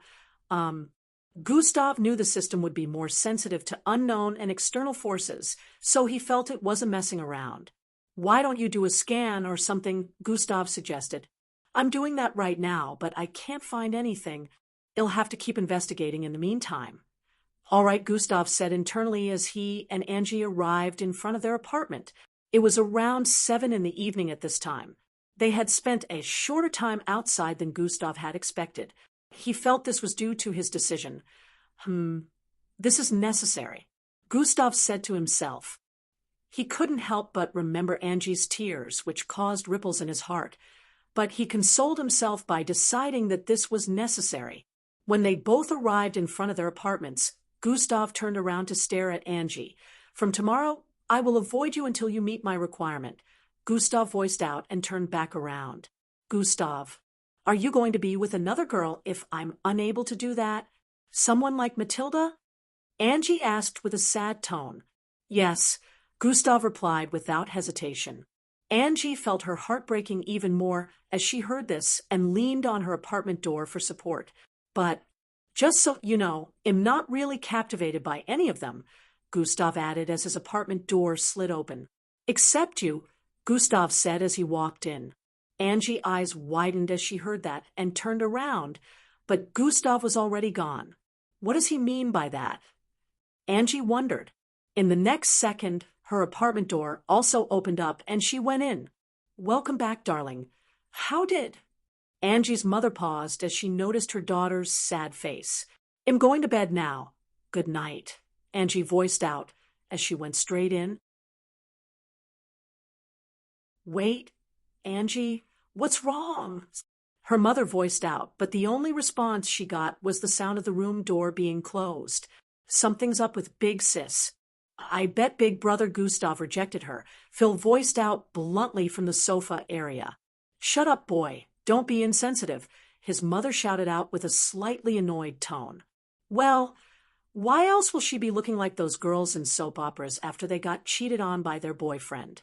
Phil added. Angie's mother. After walking into his apartment, Gustav breathed out lengthily. "How exactly do I feel about Angie?" Gustav asked himself. "Idiot! Stop being love-struck. You have less than 5 hours to complete your daily tasks, the system reminded Gustav. Gustav quickly went to his bedroom and changed out of his clothing before leaving the house. About an hour and a half later, he arrived back in his home. "One more to go," Gustav said as he stood in the middle of his living room and checked the time. He still had about 3 hours and some minutes left till midnight.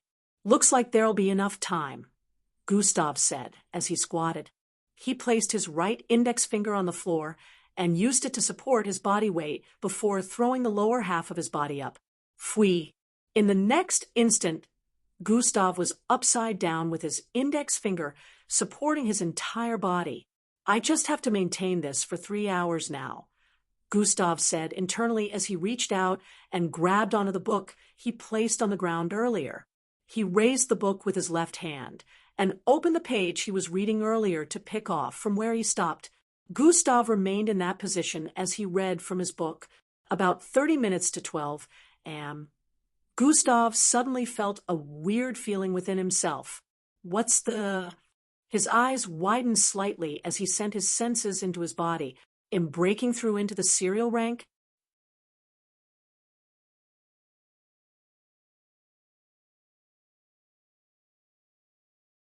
Chapter 355. What's the— His eyes widened slightly as he sent his senses into his body. In breaking through into the serial rank, Gustav voiced out with a delighted look. He sensed the bloodline plant roots that had grown out of his original bloodline expand into different corners of his body. This was normal when a mixed blood broke through to the serial rank. When the process was done, not only would bloodline channeling be easier and faster, new channels of power usage would be unlocked because the roots of the bloodline were now connected to every part of the body. To Gustav's surprise, his original bloodline didn't stop there after its roots spread to every part of his body. "Ha! What is it doing?" Gustav wondered as he noticed the roots were starting to move towards other bloodlines in his body. One after the other, the roots of his original bloodline began to connect to other bloodlines he had stolen and bought. "Is this supposed to happen?" Gustav asked internally. "Well, you're the first creature to have so many bloodlines within you, so this seems to be a biological reaction," the system voiced out internally. Gustav's finger suddenly started trembling as he felt hotness rushing from within when all the bloodlines had connected to his original completely. Sroiman. His body started turning red as his internals glowed up. "Bitch, what's this? All my bloodlines are suddenly sinking," Gustav muttered as he struggled to continue lifting his body up with his finger. After a few more minutes of holding on, the process came to an end. Sweat was already dripping from Gustav's forehead and falling to the floor. Fortunately for him, he was able to hold on and not fall off his finger, or the hours he spent in that position would have been for nothing. At this time, it was only about 10 minutes to 12 a.m. So in the next 2 minutes, Gustav would have completed the 3 hours daily task. Gustav sensed the transformation his bloodlines had just gone through. His mouth hung slightly open as he saw that every bloodline within him was now at the second step Zulu rank except for his genetic transformation bloodline, his original bloodline. His beast transformation bloodline was originally at the third step, but it decreased to the second step, and the others that were first step earlier had increased to second step.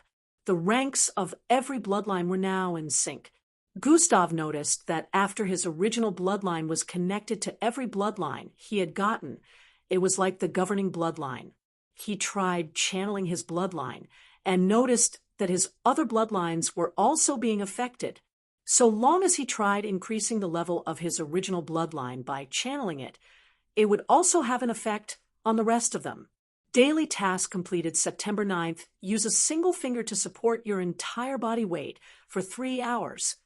Gustav dropped his body down the moment this notification popped up in his line of sight. "Finally," Gustav muttered as he proceeded to pick up the book he dropped some time ago when he was breaking through. He moved towards the sofa and took a deep breath after sitting down. Among all his other bloodlines, his original bloodline was the only one glowing slightly. He could feel faint energy oozing from it. Now you have bloodline energy, the system announced. Gustav instantly recalled when Miss Amy first touched him after he gained this power. Bloodline energy has entered host bloodstream. Requirement for bloodline acquisition has been met. I remember Miss Amy used that to inspect our progress in bloodline channeling, and one of the requirements for bloodline acquisition is related to bloodline energy. Gustav squinted his eyes as he thought, does this bloodline energy have some kind of special features privy to every mixed blood that has achieved serial rank? Gustav decided to do more research on serial rank. He didn't do any research earlier because mixed bloods at this stage had no issues with breaking through to the next level, so long as they had a bloodline grade above F. The only time mixed bloods will experience issues was when they had reached the Gilbert rank. Increasing bloodline rank from that level reduced was slower compared to lesser ranks. Based on bloodline grade, some might be slower and faster than others, but compared to the ease of breaking through, from Zulu to Serial and from Serial to Gilbert, breaking through to Marshall was 2 times slower. It was common that as a mixed blood grew in strength, it became even harder to advance. Gustav began to do research regarding bloodline energy instead of going to bed for the night. However, he wasn't the only one awake by this time of the morning. Angie was also writhing and changing positions on her bed as she found herself unable to sleep for the night. Kill? Can I truly do it? All my life, I swore never to bring pain to another person. But how do I progress from this point if I can't do what is needed to be done? Angie squeezed herself together as she imagined the nightmares and horrors that would haunt her if she took a person's life. Several hours passed, and Angie was still unable to sleep. I can't lose him, but I also don't want to lose myself. Tears dribbled out of her eyes as she thought. Isn't there another way besides becoming a killer? Is there another way? Angie wondered to herself. Her mind suddenly went back to Gradier's and Natus' advice. I will truly become a liability to him if I am not decisive enough in times of danger. Angie thought, his point of view. I need to see from his point of view too. So many thoughts plagued Angie's mind as she stayed awake all night. At dawn, she went for a jog to clear her head. She still hadn't made a decision, but she had made plans of doing something later.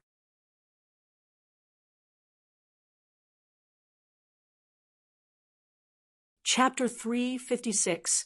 Angie bumped into Gustav somewhere behind the neighborhood, but when she called out to him, he ignored her. He didn't even turn to stare at her. He treated her like a gust of wind passing by. This made Angie feel lonelier and sad. Later during the day, she called Glade to catch her up on the latest development. Glade, of course, was furious at Gustav when she heard that. How could he tell you to do such a thing? He's an asshole. No, Glade, calm down. I understand why he wants that. After all, I might end up a liability for him, and he doesn't want that. Fuck him. Angie, you can just forget about him. There are many other guys around to choose from. It doesn't have to be Gustav. But I can't. I think I love him, but I think he doesn't love you. Have you seen his eyes? I don't think he loves anyone. Don't say that. He has gone through a lot. He even changed. He used to be so brutal and uncaring in the past. I understand that he has gone through a lot, but that doesn't change the fact that he's a jerk for asking you to do such. I have to prove that I will not become a burden. Tisich, of course you won't. Don't you know how strong you are? Angie? I do. But Glade, let me ask you something. Have you ever killed a person? Yes. If someone tries to kill you, will you kill them instead? Yes. I will not spare someone who has the intention of harming me. You see, I have never killed a person, and I don't know if I can ever kill a person. So? Who gives a damn? Who says you can't protect others without killing? I know I can, but in some cases it may be necessary. You're not wrong about that. He ignored me today, and it felt like my heart was being torn apart.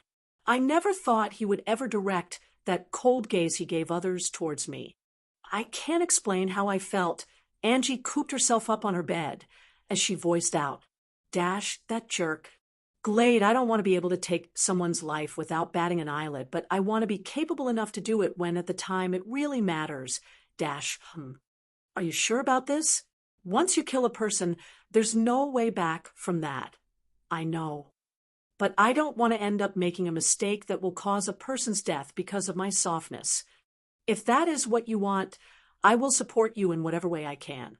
One thing you always have to remind yourself is the fact that you're getting rid of a scum whose existence will cause problems and suffering to another person if left alive.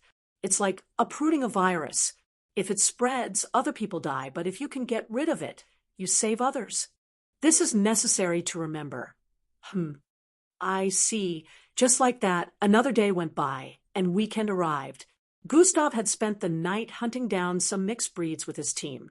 They were extremely surprised when they found out that he was now even more powerful than before. Gustav revealed the night before that he achieved the serial rank, causing the entire team to quiver in shock. Gustav's strength was already above serial rank even before achieving it. Now they wondered how powerful he was and how powerful he would become if he kept improving like this. Gustav visited Mr. Gon this weekend to go collect the flexible body armor that was made from the rock the other part of the system was trapped in. Gustav avoided Vera during his visit, but he noticed that, unlike the day before, she was rather calm and even ignored him in the presence of her grandpa. He wondered what she was playing at. After some idle talks, he went back to his home to continue his research.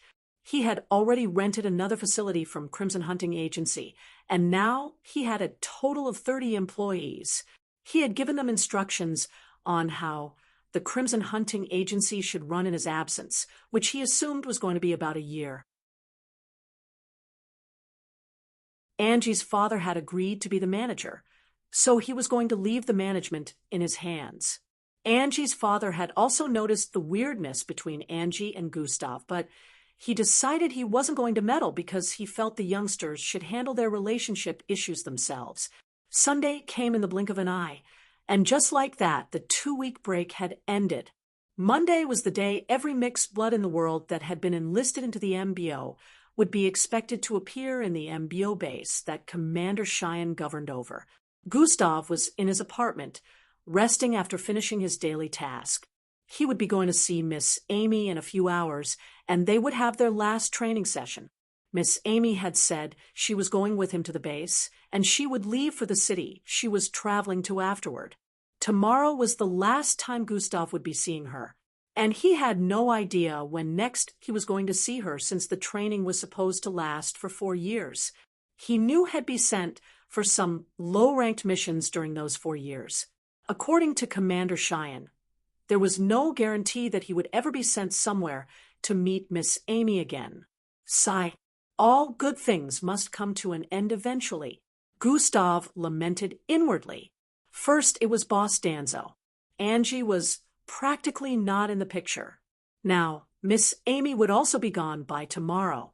I need to ask her about Planet Humbad. Gustav decided he would ask Miss Amy.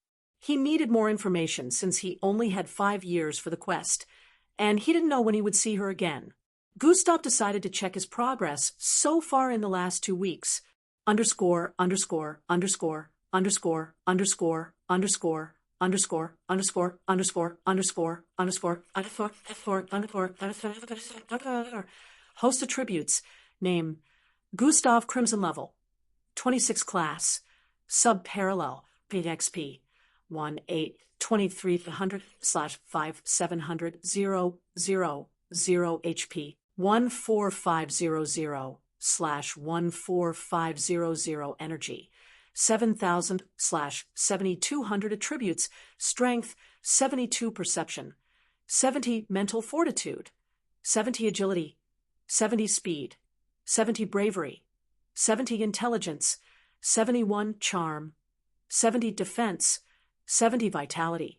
72 endurance. 75 attributes points. 30 underscore underscore underscore underscore underscore underscore underscore underscore underscore. Now that I think about it, what's the point of having charm stats? Gustav voiced out.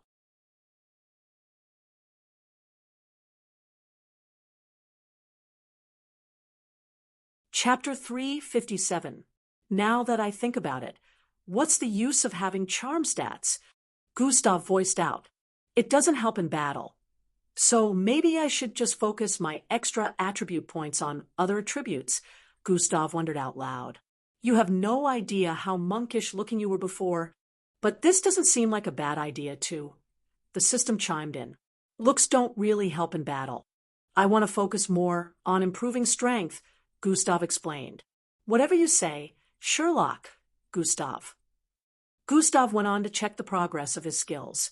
Skills - level 7 sprint, level 6 silent advancement, level 4 slash, level 8 palm strike, level 6 super jump, level 4 combination, level 5 abilities, regeneration, level 5 morph, level 5 toxin immunity, level 4 recreation, level 4 bloodline acquisition, level 5 god eyes. Level 6 Gustav checked them one after the other and noted his progress. I wonder how many levels max out these skills, Gustav wondered after checking them out completely. He went on to check his bloodlines.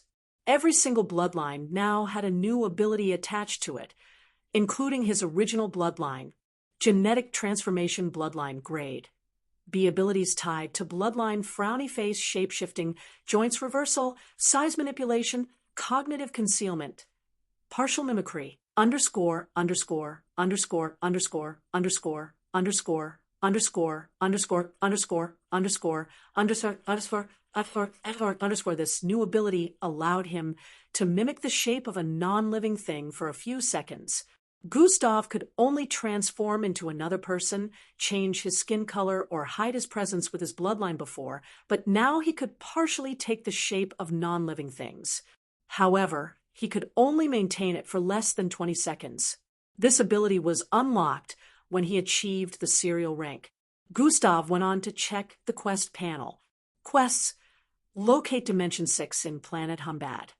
Duration: 5 years. Progress: 0, 12/100%. Become the most powerful mixed blood on Earth. Duration: 5 years. Progress: 3/100%. Gustav skipped all other information and checked the progress of both quests. Turns out I haven't made any progress in my research lately. Gustav wasn't surprised seeing the minuscule progress on the location of Dimension 6. 6%? It only increased by 1. 3. Just how powerful is that guy? Gustav noticed that his progress on the quest to become the most powerful mixed blood in the next 5 years only increased by a minuscule amount. He checked his progress before breaking through to the serial rank so he could keep tabs of his progress afterwards. And Miss Amy is close to his level of strength, which means she really does go easy on me when we're training. How is that considered even going easy on someone? Gustav could remember just how severe Miss Amy's training was most of the time. He realized that even his complaints about her being too hard on him was actually her going easy. 5 years. I just have to give it my best shot then. Gustav clenched his fist tightly as a smirk appeared on his face. Although it seemed like an impossible challenge, he was still excited to see if he would be able to achieve it. After resting for some time, Gustav went ahead towards Mississippi Amy's place. 2 hours later, bang, bang, bang, bang. Sounds of intense clashing reverberated across the place. It was a small building with a dojo-like structure. Bang, arg. An exclamation of pain rang out as a body was sent crashing towards the door. Weakling, Miss Amy voiced out with a playful smile on her face as she stared at the defeated Gustav several feet away, leaning against the door. No fair, Miss Amy, Gustav said as he stood to his feet. Ha! You expect me to go gentle on you? So shameless. It's your last day of training. Let your master beat you to her heart's content, Miss Amy voiced out as she put down the weapon in her hand and raised her fists with a devilish smirk on her face. Hold on, Miss Amy, Gustav shouted while stretching out his palm with a wary look as he struggled to catch his breath. Miss Amy totally ignored his pleas and arrived before him. She dragged him to his feet and raised her hand. Ah, Miss Amy voiced out with a look of disbelief. If you hit me, it means you're hitting yourself, Gustav voiced out with playful laughter as he stared back at Miss Amy. He had transformed his face into that of Miss Amy's. Beautiful, long, flowing, ash-colored hair with a very pretty face and tender-looking red lips. Miss Amy stared at her own face with a conflicted expression.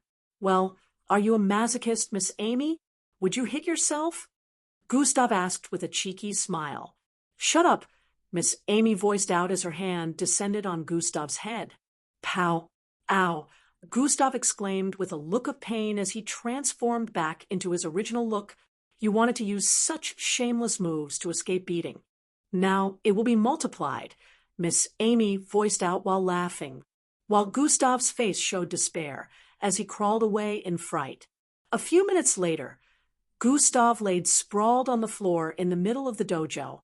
He was breathing in and out profusely with sweat all over his body. Miss Amy sat cross-legged on the other side with her eyes closed. She was like a deity sitting in place as tranquility oozed out from her, is spreading into the surrounding. After a few more minutes of laying in place, Gustav sat up and stared at Miss Amy. By the way, Miss Amy, you never did tell me what your second bloodline is, Gustav voiced out. Miss Amy opened her eyes. You never asked, she responded. Well, I'm asking now, Gustav stated. All right, Miss Amy stated and stood to her feet. Follow me, she instructed. Gustav did as he was told and followed Miss Amy out. They were still in Gammy Dojo, but the instant they arrived outside their own training building, Miss Amy grabbed Gustav by the hand. Swai. Gustav only saw everywhere turn into a blur, and the next thing he knew, they had arrived at the top of Gammy Dojo, which was well over 700 stories tall.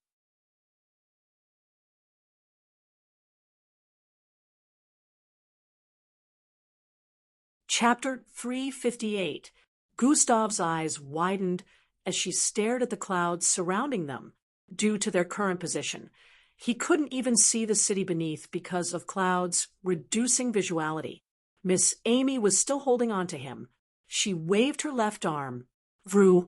The clouds surrounding them instantly scattered, allowing visuality to return back to normal. Apart from the MBO Tower, there was no other building that was as tall as the one Gammy Dojo resided in, so they couldn't see any other neighboring tall buildings opposite or on the sides. However, albeit tiny, the view of the city could be seen from this position. I never unleash my second bloodline because it's more powerful than my first and is only capable of causing destruction. It's practically the opposite of my first, which is creation-related, Miss Amy explained. Gustav listened without saying a word. At my original strength, I can destroy half of this city by using one of my low-level attacks, Miss Amy added. Gustav's eyes widened even more as he heard that. He knew Miss Amy well, so he could tell that she wasn't bragging or spouting crap with this claim of hers. Let me take you somewhere else to demonstrate how disastrous my second bloodline is, Miss Amy decided before moving forward casually again, while still holding on to Gustav. Just like earlier, Gustav only saw blurs, and in the next moment, she and Gustav appeared over a massive body of water that spanned for thousands and thousands of miles. This is the Pacific Ocean, Miss Amy voiced out as a purplish aura like light started beaming out of her body. They continue floating in midair, thousands of meters above the water. Gustav noticed that light rays in the environment started gathering and moving towards Miss Amy. Deactivate limiters for a few seconds, Miss Amy commanded. Swukuk! The pressure on the entire vicinity instantly increased. The birds and every flying living creature avoided this area and started moving in the opposite direction due to fright. Gustav was right beside Miss Amy, so he was shielded from the massive pressure that was oozing from her presence. The aircraft flying over that area of the Pacific had alarms going off within it as the AIs installed within warned of the anomaly in the distance and advised the pilot to change course. Space surrounding this area began to twist and turn. "Watch!" Miss Amy voiced out as she pointed her right finger towards the body of water below. In the next instant, thwoosh boom, a massive hole appeared in the middle of the ocean as walls of water ascended high up into the sky. Vrr! It was a phenomenal sight as Gustav and Miss Amy, who were thousands of meters in midair, were surrounded by the wall of massive waves that spanned for several 10,000 miles. Gustav could see the bottom of the ocean. He activated God Eyes and noticed the massive crater that had been created from Miss Amy's attack just now. Shock and overwhelming disbelief could not be used to describe how Gustav was feeling at the moment as he stared at the crater that was charred black with a red glow surrounding the edges. After about 30 seconds, the wall of waves descended back into the ocean as it slowly regained its tranquility. Miss Amy's limiter went back to being active, and she turned to stare at Gustav. "So long as light exists, I can convert it to a power of destruction. Every form of light serves to empower my second bloodline," she explained. Gustav's wide-open mouth only closed a while later. This is practically being godlike. "I had such a teacher the entire time." Gustav never doubted Miss Amy's strength, but seeing what she could do in person, he realized that he had really downplayed what she was capable of. This still made him wonder how powerful the most powerful mixed blood was for him to battle Miss Amy to a stalemate. Now, I see why they can't get rid of her.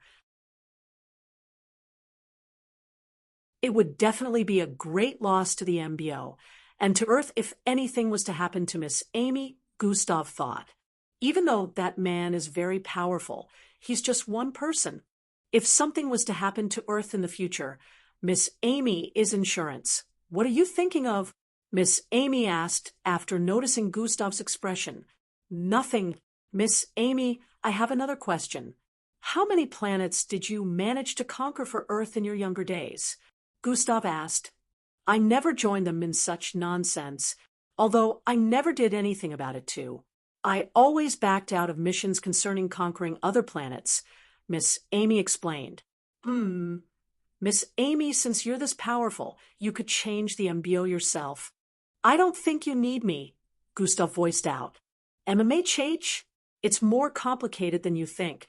You'll come to understand later why it has to be you," Miss Amy stated. "Why do I feel like she's being held back by something? Like they have a..." Gustav had a suspicious look on his face. "You can do it. I believe in you.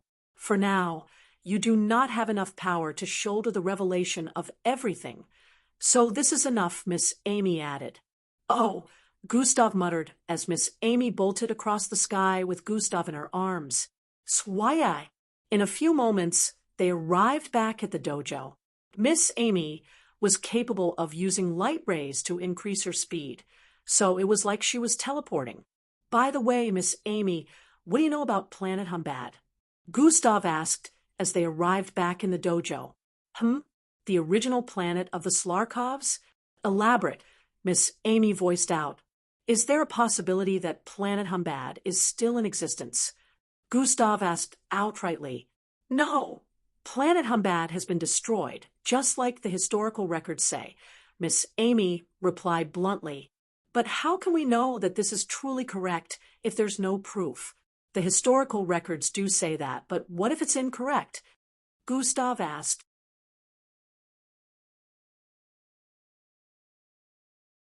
One of Miss Amy's eyebrows raised up as she stared at Gustav. "What makes you say this? Where are you going with these assumptions?" she asked with a suspicious tone. Read the author's note below.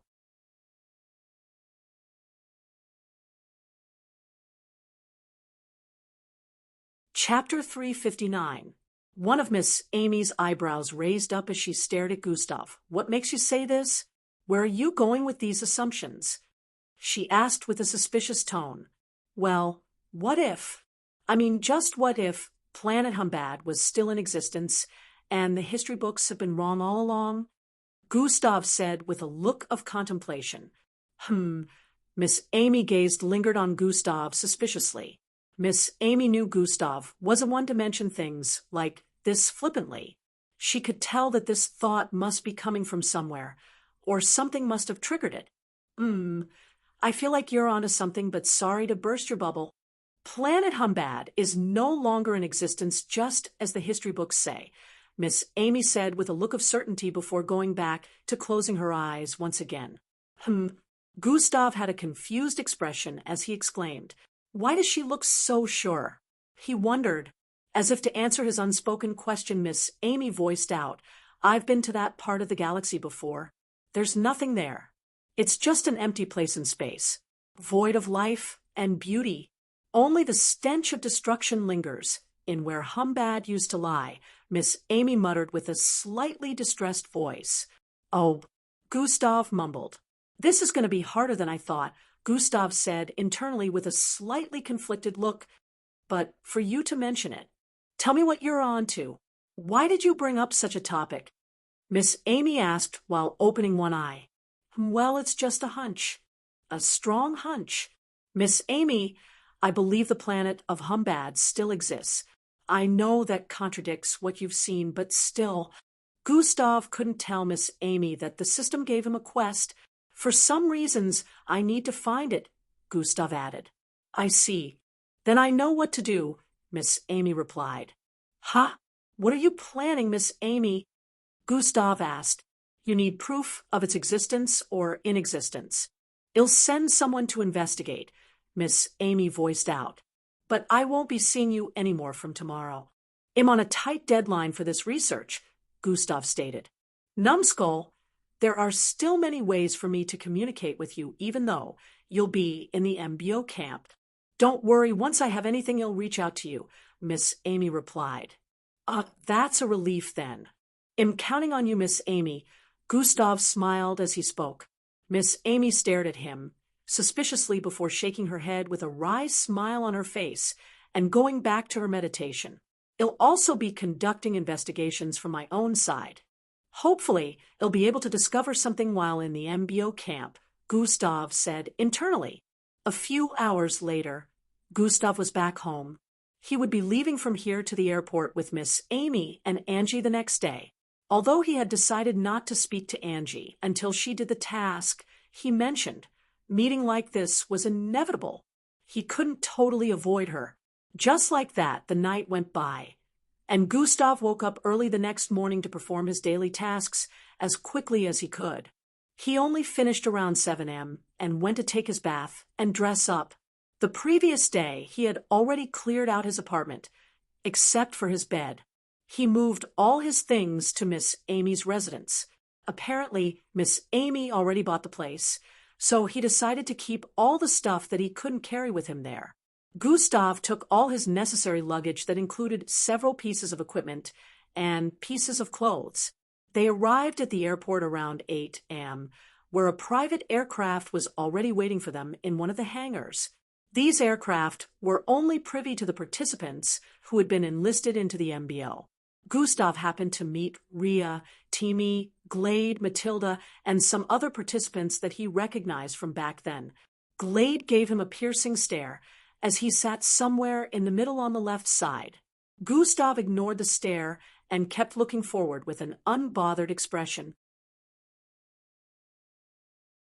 Miss Amy could more or less sense the hidden tension between Gustav and Angie on their way here, but she had decided not to butt into his affairs like that, especially this type that seemed quite delicate. The aircraft lifted off into the sky, and in a few seconds they were halfway across the city. Angie's parents, along with Phil and a lot of other parents, had tears in their eyes as they waved off at the 5 aircraft that disappeared into the clouds above. Reporters and media agencies had captured this scene, and 100 mixed bloods that left the city at this moment had become more popular than ever. They believed that the next time these mixed bloods appeared back in the city, they'd have become very powerful. And they also believed that the achievements these 100 would accomplish in the future would allow the city to be recognized even more. This same scene was happening in practically every city in the world except for those that didn't have mixed bloods who participated in the entrance test. Gustav had a headphone on his head as he listened to some music while staring at the clouds. Ah, yes, he's incredible. He strikes me as edible. Prince Charming, his iris glow, glow, glow, glow magical. Come take me in your arms. Yushaw's songs are quite soothing to the ears. Too bad. I won't be able to attend her concerts anytime soon, Gustav thought as he remembered the purple-haired, dazzling singer. The aircraft passed over the ocean that Miss Amy nearly disintegrated the day before. However, there was no sign that something happened the day before. After passing above several cities, they finally arrived above a small wasteland that led to an exalted mountain range. This place existed between the borders of two cities, which is currently the highest mountain region on Earth. An MBO base was located atop this mountain region. It was the same MBO base that the participants were brought to after the completion of the entrance test 2 weeks back. Second chapter will be out in a few hours.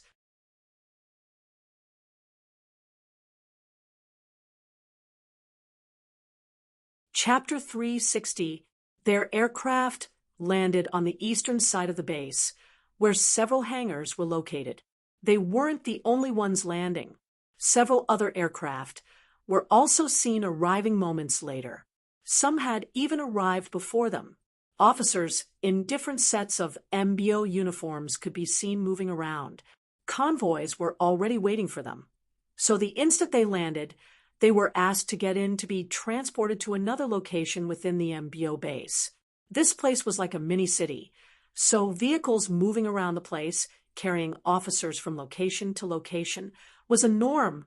Minutes later, everyone arrived in an open place where flowers could be seen encircling a large field. This field had seats arranged in rows and columns and an exalted podium in front.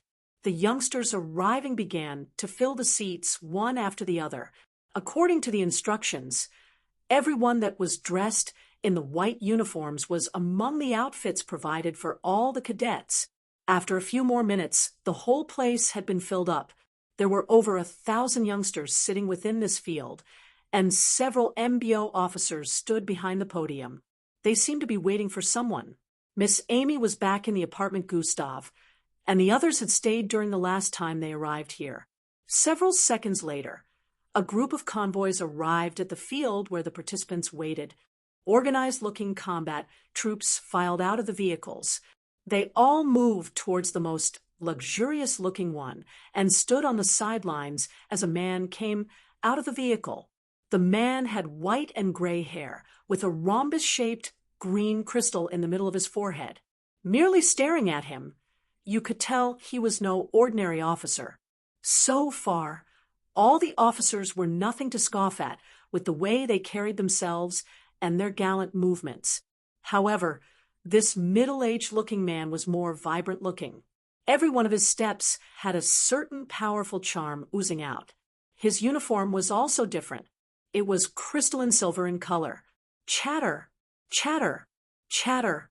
Dash, who is that? The place became quite noisy as the man approached the podium.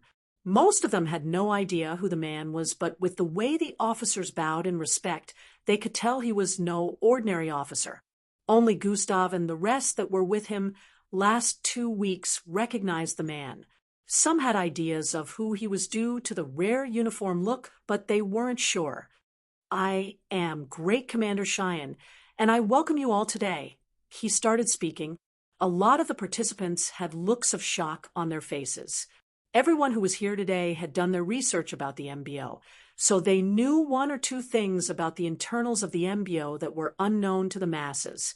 They had heard about the 5 great commanders who govern the MBO. These 5 were on the levels of world leaders of the Earth today. They had a say in the affairs of the Earth. When meetings were conducted on a decision that affected the state of the Earth as a whole, they were among the leaders with the right to attend such meetings. They wondered why such an influential figure would be addressing them today. Even the normal officers also wondered what was so special about this set that one of the great commanders decided to address them at the initiation ceremony. The whole place turned silent after a few seconds of shock and light chatter. You have passed through the vigorous tests and not only survived through it, but came out as one of the best, he stated. I'm here to tell you that this is only the beginning. Being here today means you're committed to becoming the finest and most powerful mixed bloods on the planet, and you shall go through the flames of training to become that. Being a mixed blood officer is not just limited to protecting the citizens from internal danger like terrorist organizations, but also from dangers of intergalactic forces. You will be trained to become the best protective force across galaxies.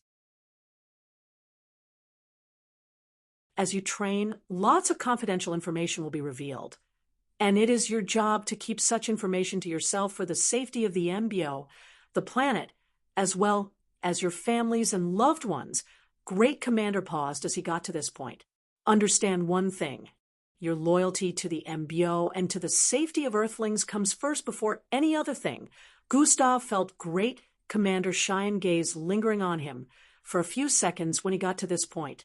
Come forward one after the other to receive the emblem and officially become cadets, Great Commander Cheyenne voiced out as he pointed at the left side of the podium. A glowing spherical white circle could be seen floating in midair on the left side. One after the other, names were called, and the participants approached the podium. Gustav's name was unsurprisingly called first. He moved forward gracefully amidst the gazes of admiration, envy, and jealousy, and arrived within the circle.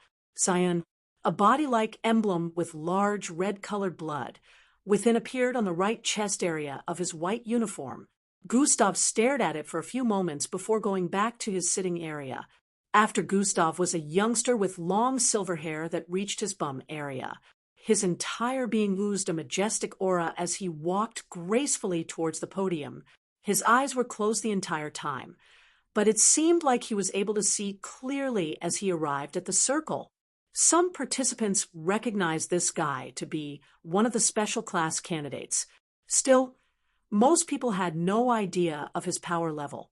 After he got his emblem as he walked down the podium, he turned his face towards Gustav's direction, and a slight smile appeared on his face as he nodded before going back to his seat. It would seem the special class candidates were the first who were called upon to get their emblems. Gustav couldn't recognize any of them, but he could feel the power coming from them, so he knew they were no ordinary cadets. Oh my, that's a Levera. I know her. Wasn't she said to be the most powerful among all special classes? No, I think Damon is the most powerful. Idiot, she's from Plankton City.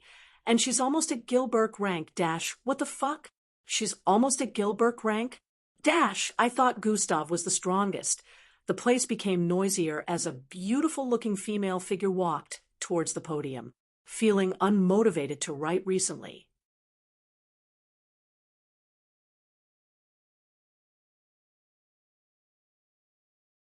Chapter 361. The place became noisier as a beautiful-looking female figure walked towards the podium. She had a gem, azure-colored hair with pigtails on both sides of her head and one behind. Her eyes were dim, but looked very confident without an ounce of pride. Her beauty was comparable to that of Yahiko's, with her love-shaped face, pointed nose, and full pale red lips. Her forehead was wrapped with a purple-colored head tie, which had everyone wondering what the purpose of that could be. But since the Great Commander Cheyenne didn't question it, everyone overlooked it. This girl happened to be the third special class aside from Adries and Endrick. She never revealed herself during the entire entrance test, even though she was in the MBO Tower in Plankton City. Some of the participants debated about the strongest special class. Now that some of their ranks were being revealed, they discovered that Gustav was actually the lowest rank, although they had no idea that Gustav was already serial ranked. There's also Colton from Burning Sand City. He's the closest person to her level of strength. Damn. These special class candidates are just on another level. I don't think Gustav Crimson is the most powerful anymore, but we can't be sure since he has never displayed his full abilities too. In the next 30 minutes, over 1,000 participants were done with receiving the emblem. Great Commander Cheyenne went on to say a few more things regarding how rules will be set and how they're meant to follow it accordingly over at the camp. Now, you all get a piece of tech as part of your assistance gadgets. Over at the training camp, the special class candidates get 3 and some other benefits, Great Commander Cheyenne stated. Before you are all transported to the training camp, I will like to award a group for their performance in the final phase, he added before calling out Gustav, Angie, Matilda, Falco, and Glade. The crowd of cadets were astonished at the sudden turn of events. However, some of them had witnessed what went down, so not everyone had a surprised look on their faces. Gustav and the others walked to the podium, filed out, and stood on the right side of the podium. These 5 did a great job of protecting the lives of many participants. Their steadfastness and reaction to scenarios is precisely what is needed in the MBO. Great Commander Cheyenne said with a powerful tone of gratitude. Some of them had questioning looks on their face as they stared at Gustav, and the rest wondering what went down. They will be given the opportunity to visit the weaponry and pick a gadget of their choice besides the one that will be given in camp. Gustav Crimson, Fallout, Gradier stated. Gustav moved forward and stood on the right side of Great Commander Cheyenne. Great Commander Cheyenne held onto a red star and turned to face Gustav before placing it on the left side of his chest area. As the cadet with the best performance, you have hereby attained the Kaiser personnel rank. Officer Crimson, Commander Cheyenne stated after the action was completed. All the officers in the vicinity stretched their right arm forward and slammed it on their chests with a look of respect. Apparently, this was a form of salute in the MBL. Gasp. Dash, did he just attain a personnel rank? Dash, it might be one the lowest rank, but this is really something unprecedented. Dash, as expected of someone like Gustav. Dash, even though some of the special class outstrip him in mixed blood rank, he still attained an MBO personnel rank before anyone else. No one expected this, so the looks of surprise were visible on their faces. Behind, and Angie smiled and clapped their hands with looks of delight. The special class cadets, amidst the crowd, all had looks of disbelief on their faces. Since they didn't participate in the final phase of the test, they were even more in the dark about anything that went down. From the crowd, Alevra stared at the star on Gustav's chest with a look of longing and admiration before staring at his face. Wonderful. Looks like I might have competition, she said to herself.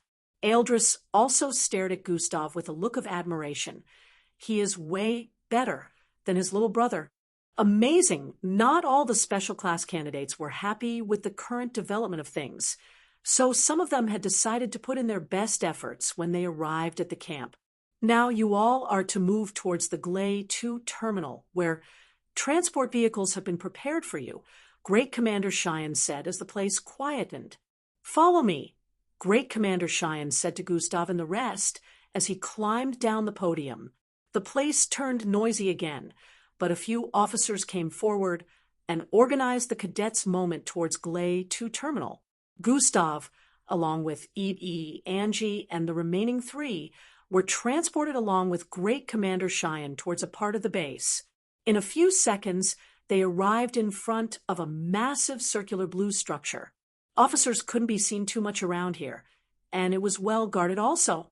This was the gadgets and weaponry storage place. They moved in, and the first thing they saw was different entrances to different sectors where the technology gadgets were classified.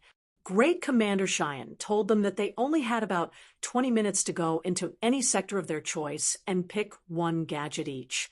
Since they didn't know their way around here, this would be a tough call for all of them.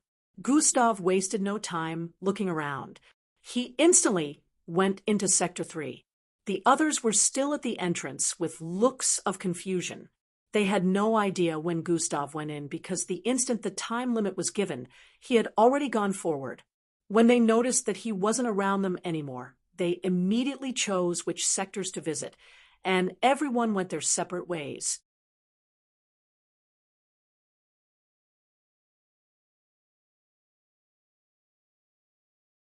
Chapter 362. The place was so large that there were 32 sectors.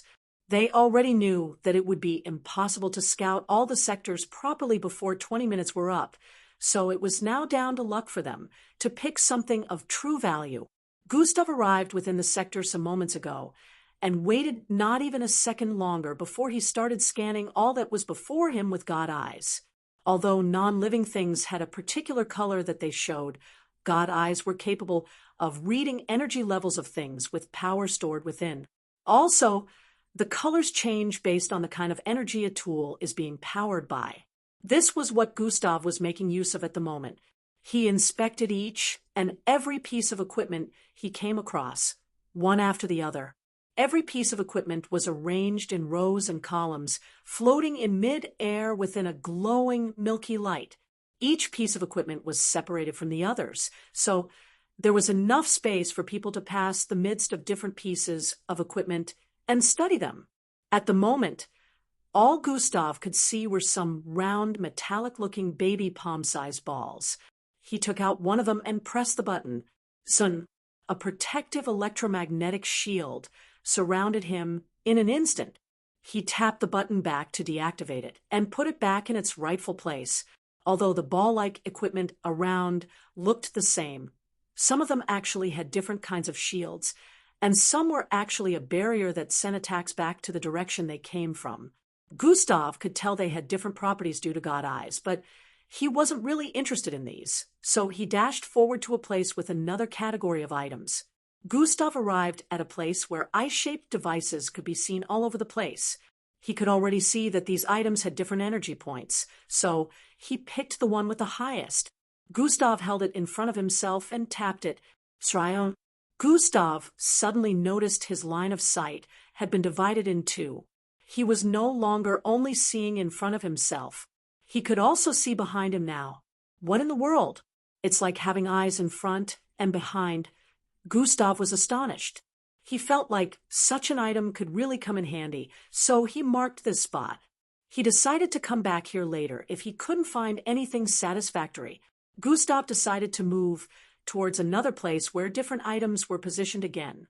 Over on EES side, he had entered Section 1, since he was so confused about which one to go into first. EE wasn't bothered because he happened to be the most fortunate one here. The moment he arrived at a place, checked out the equipment, and was not satisfied, he would just sink into the vortex on the ground and instantly arrive in a new spot. In 3 minutes, he had already inspected 9 items and was moving towards the 10th.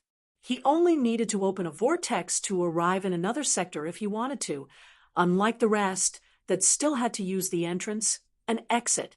He arrived in another sector and moved towards the west side. He held onto a disc-like gadget and wanted to check out its functions when a projection appeared above it, displaying a massive explosion. Oh, this seems pretty cool. A 3 times restorative explosive device? Over at Angie's side, she didn't look like she was in a hurry, unlike others. She took her time inspecting one item after the other. She felt she hadn't even come across any bad item.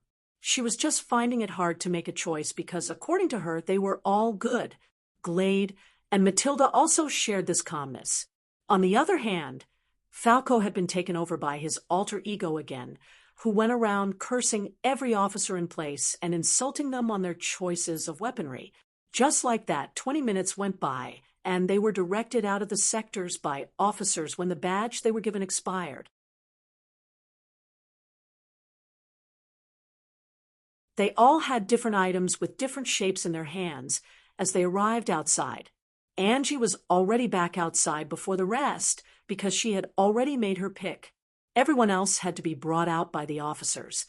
And from the looks of things, they only picked up items at the last minute. Falco regained control of himself and had a wide-open mouth as he stared at the egg-shaped golden item in his hand. This idiot! You ruined my one-in-a-lifetime opportunity, Falco shouted out as he fell to his knees with a look of dissatisfaction. What he wanted to pick was different from what his alter ego had chosen.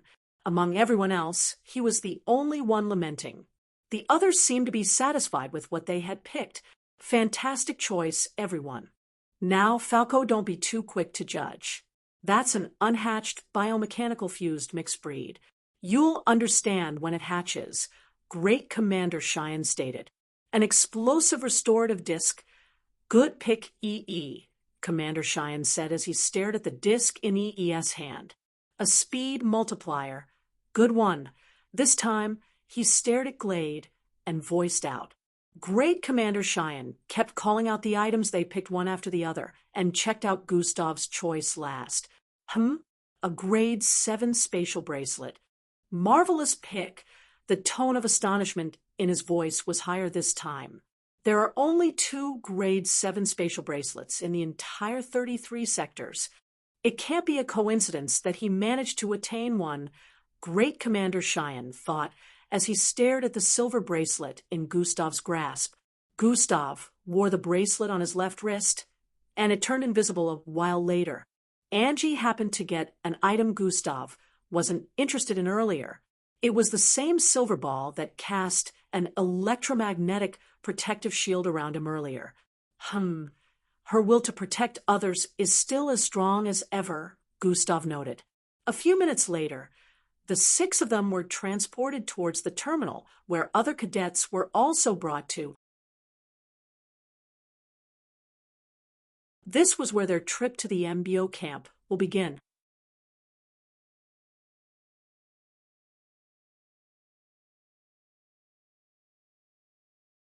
Chapter 363. A few minutes later, the 6 of them were transported towards the terminal, where other cadets were also brought to. This is where their trip to the MBO camp will begin. To their surprise, it wasn't a place where they were supposed to be transported by aircraft or land vehicles. They could see a few cadets were still here waiting their turn to enter what seemed like an underground tunnel. It had been 20 minutes already, so only about 100 more cadets were left. Within the underground tunnel, a large, circular, transparent structure could be seen. It had around 6 seats, and the cadets could be seen entering them. The underground gondola will take you to the training camp, Great Commander Cheyenne voiced out as he stared at the structure in the tunnel. 3 more arrived behind it, and more cadets went into the tunnel to enter the structure of their choice. After sitting, a strap wrapped around their bodies and held them tightly to the seat, and in the next moment, the circular transparent structure sank into the ground that opened up. Gustav and the rest had looks of astonishment as they stared at the underground tunnel where they'd be transported from. This is how we have kept the location of the training camp private from the world. Great Commander Cheyenne noticed the look on their face and voiced out. Gustav didn't need to ask why. He already had a few theories in his mind. Has the training camp been attacked before? He asked. It seems you figured it out already. Great Commander Cheyenne nodded slightly as he responded. You lots are the future leaders of the MBO. With your potential, the MBO is meant to get even more powerful in the future. So, of course, there'll be forces that want to cripple that, Great Commander Cheyenne added. The rest had looks of understanding on their faces as they figured out what Great Commander Cheyenne was referring to.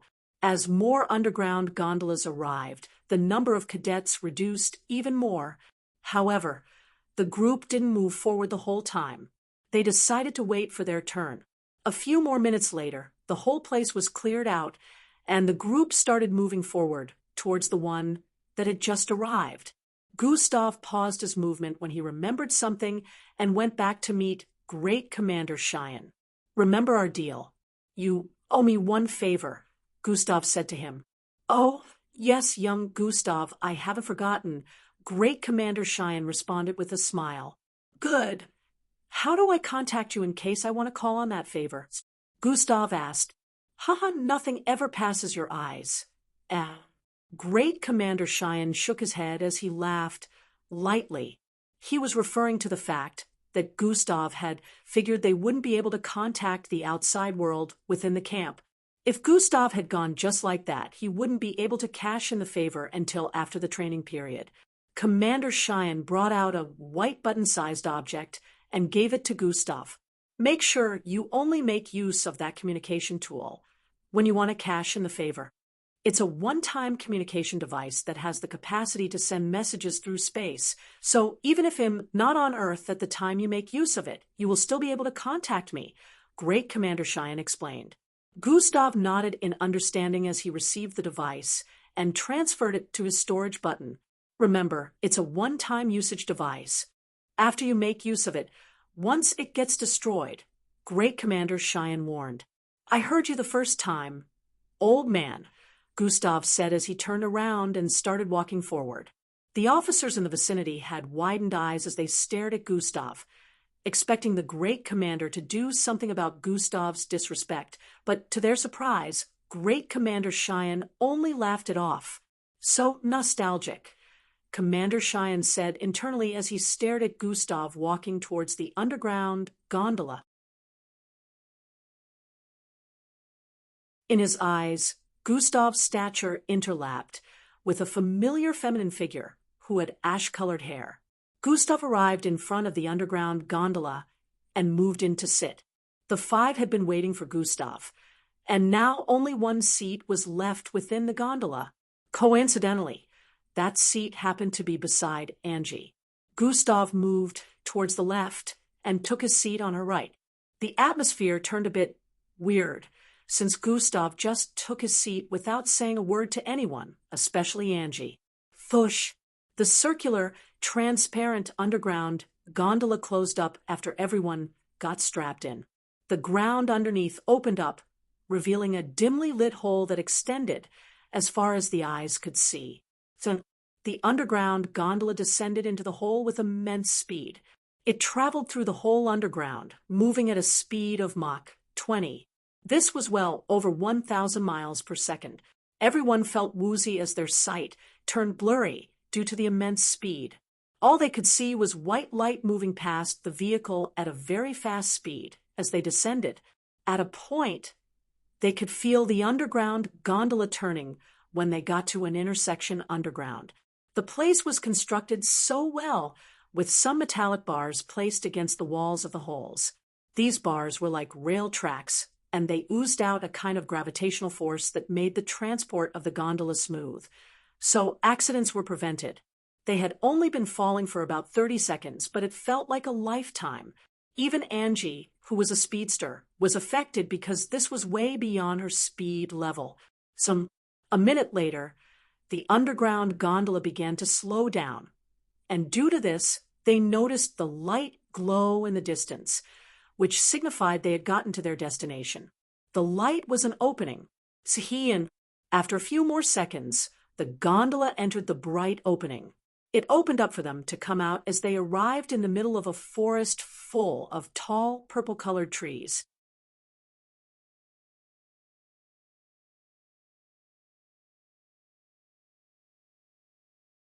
Chapter 364. Gustav turned to the side to stare at his left palm. A soft palm was currently on his, clenching onto his palm tightly. "Oh, sorry," Angie voiced out as she let go of Gustav's palm with an embarrassed look. "It's cool," Gustav muttered as he turned away to look around. He also didn't notice this due to their arduous means of transportation. Everyone looked around to see where they had arrived. Apart from the several MBO officers in the vicinity, nothing else could be seen. The cadets that had gone before them were also nowhere to be found. This made Gustav's suspicions rise as he jumped down from the gondola, ready to activate his bloodline. He stared at the 7 officers in the vicinity who surrounded the underground gondola. "Finally, you maggots have arrived," one of them with a bald head voiced out from the middle of the encirclement. And Glade's faces lit up with a suspicious look as they stood beside Gustav quickly. The gondola descended back underground, and the opening closed up. "Where are the others?" Gustav asked, while raising one eyebrow up and observing the encirclement of the 7 officers. Angie, Falco, and Matilda also sensed the atmosphere was quite tense due to the way Gustav stared at everyone suspiciously. "You'll be meeting up with them soon," another one of them spoke. It was a female officer with 4 ponytails and a star-shaped scar on her chin area. The encirclement grew tighter as Gustav looked around for possible escape routes before dashing forward. Swoosh!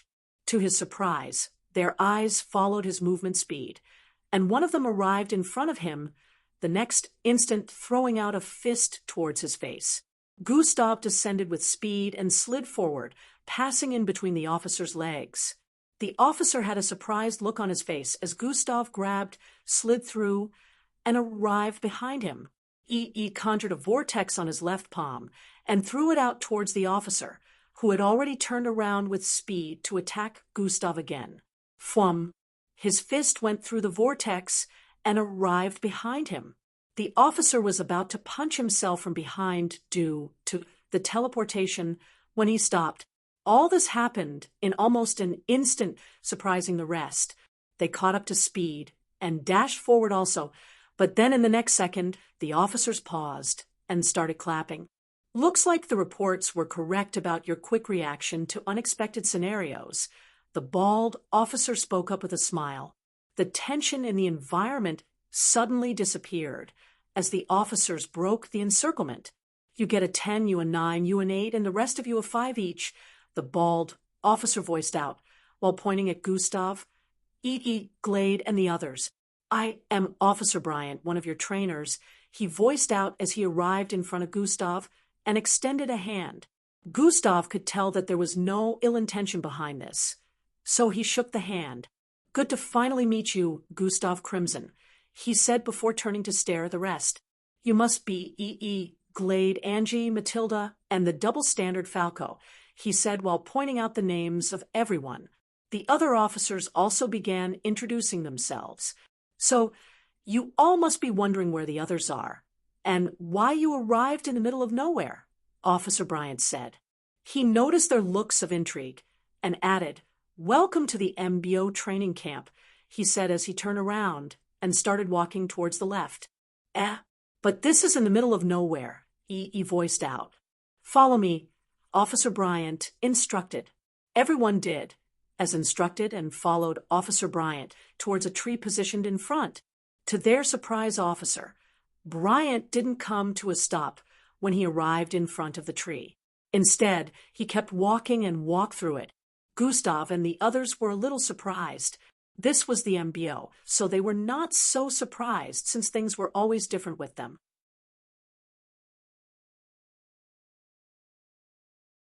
The other officers beckoned to them as they also went through the tree. The others paused and stared at Gustav with a questioning gaze.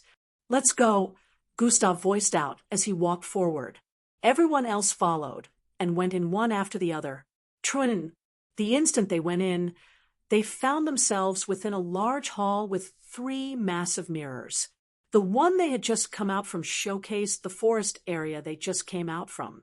The other 2 mirrors displayed different places. Also, in front, they could see the several hundred cadets sitting around waiting.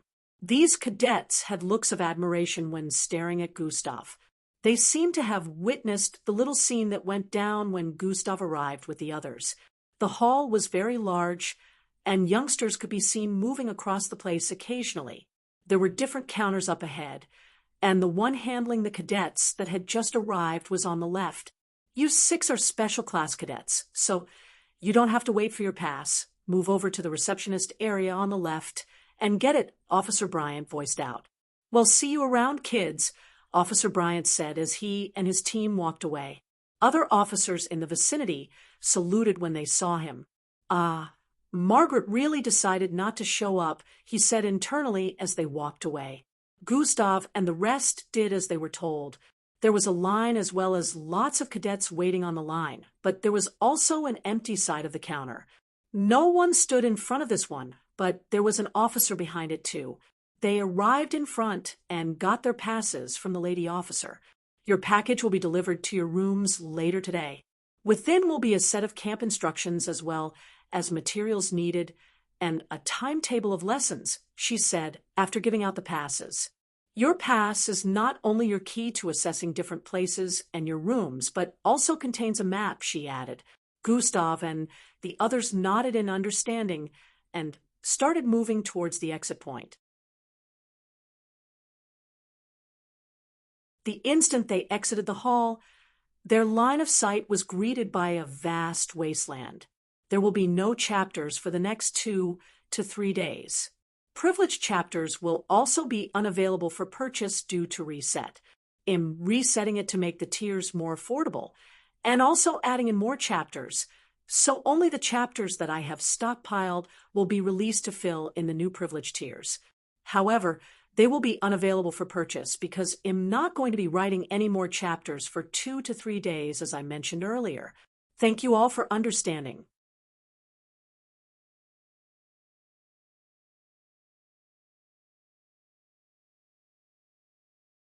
Chapter 365.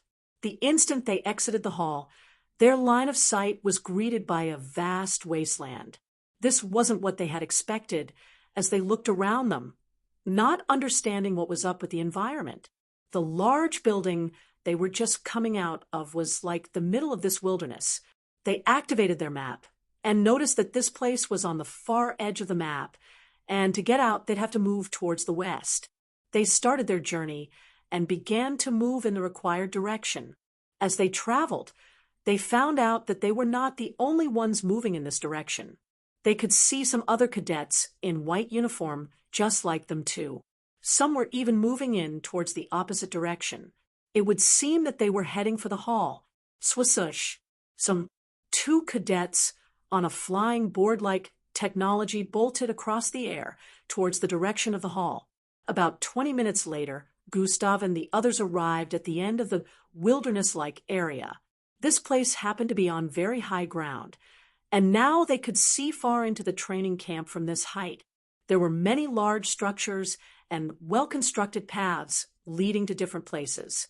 They were all astonished as they stared at the well-constructed environment. Gustav activated God Eyes to look around. Training Simulation Hall 3, Enhancement Factory, Battle Arena, Gustav stated internally, one after the other while staring at the structures ahead. They started descending from the high ground area towards the path that led to the direction of the residential areas. According to the map, there were different residential areas, and they were categorized Hobbit, Hunter, Mascot, and Dragon for the males. For the females, they were Ogre, Nature, Light, and Tigress. All residences were graded from lowest to highest, with Hobbit being the least, and Dragon being the best for males, while Ogre was the worst for females and Tigress was the best. At present, all special classes were placed in the best residences, both on the male and female sides, while the rest were randomly placed in other residences. Some with luck still got good residences that were only a notch below those of the special class, while those who weren't so lucky were placed in the worst residences. As Gustav and the others got to an intersection, they had to separate due to the girls' residential area being located a bit far from that of the boys. "Why don't we meet up later after settling down?" E suggested. "Good idea. Imin." Falco was the first to agree to it before Matilda, and Angie also gave agreed. "It'll be busy," Gustav stated, and continued moving forward. Oh, E had a slightly disappointed look on his face as he heard that. "You guys can go on without me," he added as he kept walking forward. Glade glared at him from behind with a pissed-off look, while Angie looked down, dejectedly. The boys later followed Gustav a few seconds later as the group separated. More and more youngsters dressed in white uniforms like them could be seen moving across the vicinity. Some were coming in while others were moving along the path like them. They gathered a lot of attention, and Gustav could hear some of them whisper to themselves, "Fresh blood." He could tell these were most likely their seniors here. A few minutes later, they arrived in front of a 20-story building painted brown with a dragon-shaped head at the top. According to the map, they had arrived at the dragon's residence. There were 7 other buildings, just like the one they were standing in the vicinity. All 8 buildings had the same look with not a single sign of difference. The problem now was how to ascertain which particular building was the one they were to lodge in. According to the female officer at the reception hall, the pass in their hand was only going to open the room they were assigned to. Gustav's pass was for room 305. Falco's was 306, and E was 307. Their rooms' numbers follow one another, but then they asked someone a while ago where these rooms were supposed to be located. And the person responded that every house had 310 rooms. This meant that every building had rooms 306, 307, and 308, but they all looked the same. Falco, check this one. I'll check the one behind. Check the one on the left, Gustav instructed. Remember, it's going to be on the last floor. So move to the last floor instantly, Gustav added before dashing forward. Falco went into the building right away, while Gustav circled around the building, arriving in front of the one behind. On the other hand, sunk into the vortex on the ground and instantly arrived on the last floor of the building on the left. He walked across the corridor, looking for room 308. Every room was quite a distance from the other, which meant that the size of each room was massive. The instant Gustav arrived in front of the building, he leaped upwards. His body ascended over 100 feet in the air, and he landed on a balcony closest to the 20th floor. This was the only opening in the building that could be seen from outside, since there were no open windows. So Gustav had to make do with it. Luckily for him, whoever the room belonged to was not in, so he left through the person's door and dashed through the corridor towards the last floor. Gustav arrived there in a few seconds after taking the teleportation elevator. Gustav realized that leaping through the balcony was totally unnecessary since there was a teleportation elevator in the building. Falco was the only one who went in the normal way and came out of the building a while later after figuring out that the building he entered was the wrong one. Sorry for the lack of chapters these past few days. I ended up taking a longer break than expected. Chapters update will go back to normal from tomorrow.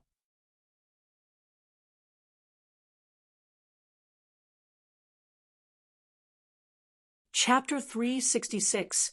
A few minutes later, all three of them were walking towards the last building on the far right. They had checked all other buildings, but their passes were unable to open up their room numbers.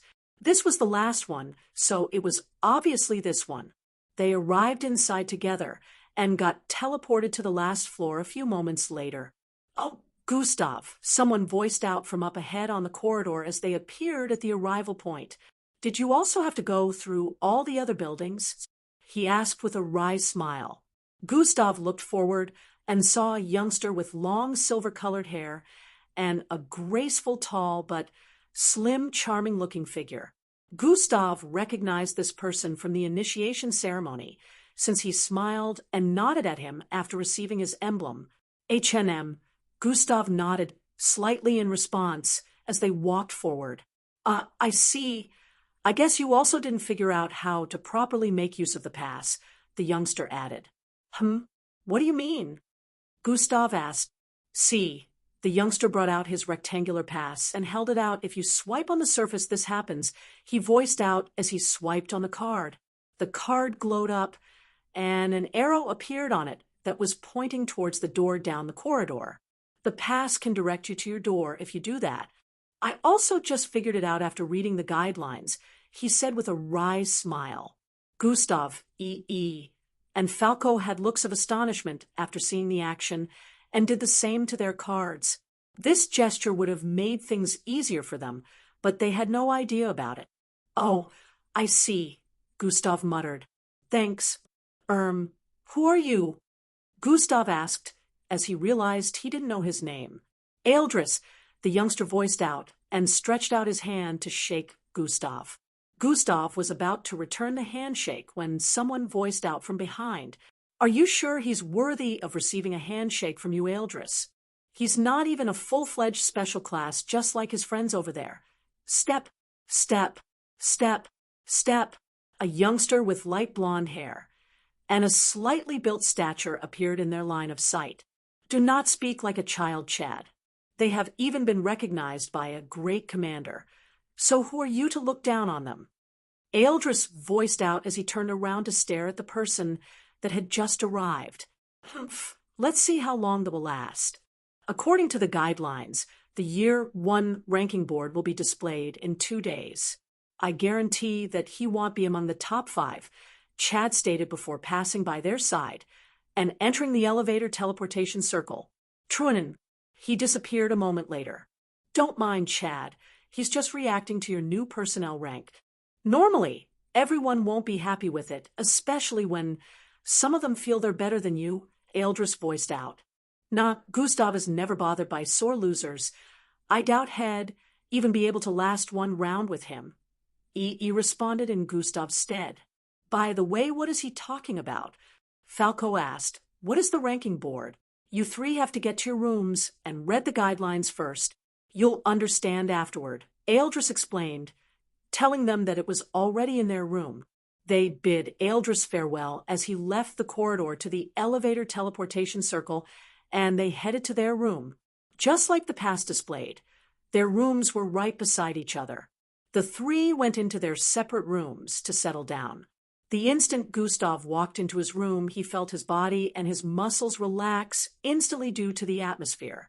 There was a certain kind of energy circulating within the room that caused this effect. Gustav could already tell that the speed of channeling his bloodline for growth would be faster within the room. He looked around. The entire place was looking quite luxurious. It was more like an apartment instead of a room. There was a large room, a separate small-sized personal training room, a kitchen filled with all kinds of cooking materials, a nice and conducive bathroom, a dining area, and a living room. Gustav had expected the living conditions to be worse than this, but to his surprise, it wasn't. He moved towards the right side of the living room, where a 5-foot-tall, humanoid-looking robot could be seen. Gustav observed it and tapped a button around its elbow. Harlow 113 is online. Scanning environment. Master found. Information on Master. Gustav Crimson. What are your orders, sir? Oh, a multipurpose robot with AI inbuilt. Nice, Gustav muttered before instructing the bot to get the place cleaned. There was a box placed on the dining table, and Gustav already noticed at the moment he got in, but decided to place his luggage and arrange them in the right places before opening the box. Within the box were a rectangular-shaped device and a black cube, which was a key. Gustav activated the device after taking his seat. Truanan, a small holographic projection appeared above it in which text could be seen. Downloading camp guidelines, rules, and regulations. A smooth robotic voice was heard. Host brainwaves are being manipulated by external forces. Mental fortitude needed for blocking brain manipulation. 50. A host has acquired enough mental fortitude to hinder brain manipulation. Brain manipulation has been successfully hindered. What the? Gustav nearly face-bombed as he saw the system notification. The system just prevented easy access of information for him. The information on the camp guidelines, rules, and regulations was supposed to be downloaded straight to his brain, but due to high mental fortitude, this was prevented. Gustav felt having high mental fortitude was both a curse and a blessing due to situations like this. Looks like I have to read it all then, Gustav sighed as he muttered. He started checking the amount of information and noticed that there were over 700 pages. This is going to take a while, Gustav said internally as he settled down to start reading. 2 hours later, Gustav had finished digesting 500 pages of information, and now a lot of things were clear to him. This is actually going to be more fun than I thought. A smirk appeared on Gustav's face as he recalled some of the information. Looks like I can truly use this means to finally get rid of that brat.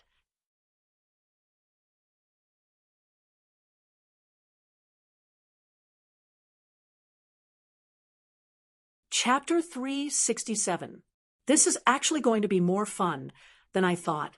A smirk appeared on Gustav's face as he recalled some of the information. Looks like I can truly use this means to finally get rid of that brat, Gustav thought. According to the guidelines, once in every 3 months, a cadet could fix a death match with another cadet.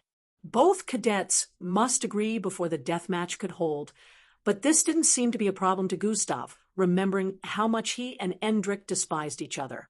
A frown appeared on Gustav's face a moment later as he recalled something. He still hasn't been given a change of surroundings. The MBO training camp will be the best place for him to learn humility since he's not the only one who's special.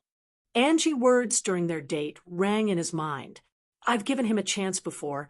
There's no harm in giving him one more. After thinking about it repeatedly, he decided to compromise to Angie's words. A sudden memory popped into his mind. What's with this? Gustav sighed as he recalled Angie's hand placed on his on their way here. He just realized that he was aware of her palm on his hand the whole time as he recalled the softness. He didn't understand why such a memory that seemed quite meaningless played out in his mind, but he quickly discarded it. He raised the device and continued reading the guidelines, rules, and regulations. There were things such as how cadets were not allowed to battle with one another outside of the training grounds, and how killing fellow cadets was not allowed unless it was a death battle. The MBO trainers would give the first years all types of training in the first year, but on getting to the second year, they'd be given a test that would determine their placement within the MBO and the lessons that will be slashed out or retained. The special class had extra training classes apart from the regular ones. Gustav found another piece of interesting information. It was possible for a normal cadet to become a special class by defeating a special class in the annual monthly challenge. In this challenge, 3 normal cadets are given the opportunity of challenging a special class cadet. Anyone who wins takes the privileges, as well as the winning condition of that particular special class. Their positions in the camp get switched. Gustav finished reading the guidelines, rules, and regulations in the next 30 minutes and decided to go shower. As he stood underneath the shower, he remembered parting ways with Miss Amy at the base. "I guess this is a kid for now," she said as she smiled at him. "H&M, I hope to see you soon, Miss Amy." Although 2 years is a bit long, Gustav nodded as he returned her smile. "I'll get across to you after gathering the information you want," she added. Gustav nodded in response as they turned around to head to separate locations. After moving a few steps forward, Gustav paused his steps and turned around. "Miss Amy," he called out to her. Miss Amy also paused her steps and turned around. "Thank you for everything," Gustav shouted out as he bent his back with a look of appreciation. Miss Amy had a surprised look on her face at first before a warm smile appeared. "If you're grateful, then don't let me down. Become the best and defeat anyone who stands in your way," Miss Amy said before turning around to keep moving. "Well, meet again by Gustav," Miss Amy muttered underneath her breath as she kept walking forward. Gustav kept staring at her back as her figure grew more distant. His face was full of complex expressions as he turned around to follow the rest of the cadets. Gustav had a look of determination on his face as he recalled this. She also wants me to become the best," Gustav said internally. "Good thing there is also training on intergalactic missions and a library here. I need as much knowledge as I can gather." The next day, the cadets were awoken by the sound of the morning alarm that reverberated across the entire training camp residence. It was still 5:30 in the morning. However, the new cadets had seen this in the guidelines, so they knew what this alarm meant. Gustav was already awake before the alarm rang out. Swisush! He dashed out of his room along with other new cadets on this floor. Gustav, Falco. The 3 of them called out to one another the instant they met up in the corridor. 30 seconds to get to the coal track, Falco voiced out. "It's on the map. Let's move," E said as he opened a large vortex, and the 3 of them dashed in. VRHHH. They appeared outside in an instant on the path that led out of the Dragon residential area. E opened another vortex, and the 3 of them went in again. About 10 seconds later, they arrived on a field surrounded by nothing but grasses. A forest of tall trees could be seen up south, and a high mountain after the forest. Every one of the first years arrived one after the other. 3 people in black MBO uniforms stood in front, waiting for everyone's arrival. The projection of a timer was being displayed above, and only 10 seconds were left according to the countdown. There were about 1,200 cadets here at the moment, and more were still flooding in. Some teleported here at the final seconds while some ran with their full speed activating their bloodline. The timer finished counting down, and one of the officers moved forward to stand behind all the cadets that had arrived. Her eyes glowed a purple light as she swiped her palm forward. SSHHRHHHHHHH. A long line appeared behind the participants that had arrived during the 30 seconds countdown. Every other participant that was just arriving noticed that they couldn't join the participants in front. An invisible barrier was stopping them from moving further than the line that was drawn on the ground.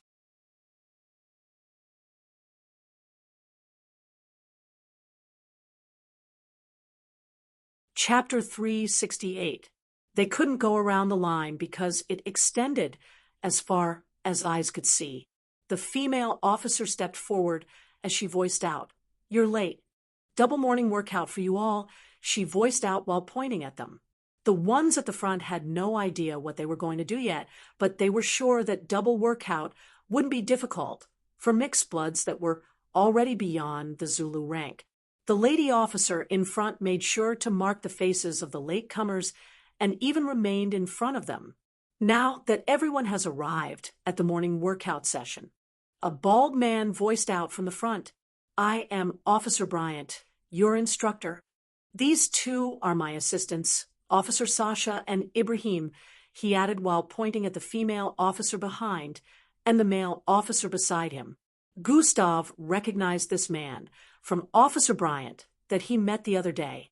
"Now, I want you all to feast your eyes on these images," he voiced out as the projection above changed from a timer into a picture of a landscape. The first picture was that of the forest up front. After that, it displayed the mountain. And after that, it was the picture of a small river that was over 5,000 feet in length. After that was a highland that led to a cliff area in which there were several ropes tied to which led to the top of another mountain. From there, a route down the mountain could be seen which led to a plain field, and that plain field led back to where they were standing. Now, you see these images displayed are landscapes of the places you have to pass through to complete your morning workout routine. He explained, "You all have to go round and come back to this same spot," he said while pointing at the forest up ahead.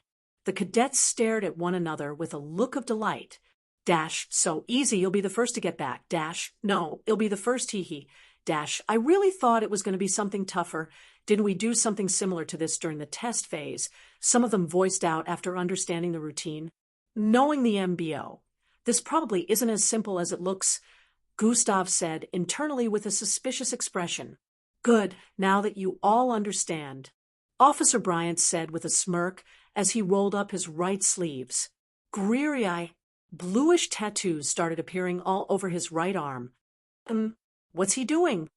Everyone wondered. Swoosh. Officer Bryant suddenly dashed forward and tapped the first person on the right. Pa, pa, pa, pa, pa, pa, pa, ha. The cadets were surprised as they felt his tap on their shoulders one after the other.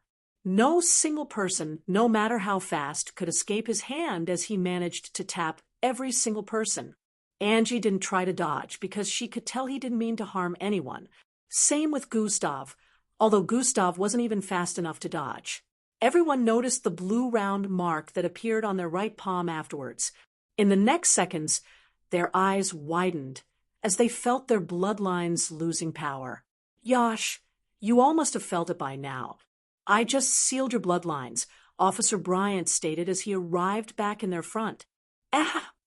Lots of disgruntled voices reverberated across the place as they heard that.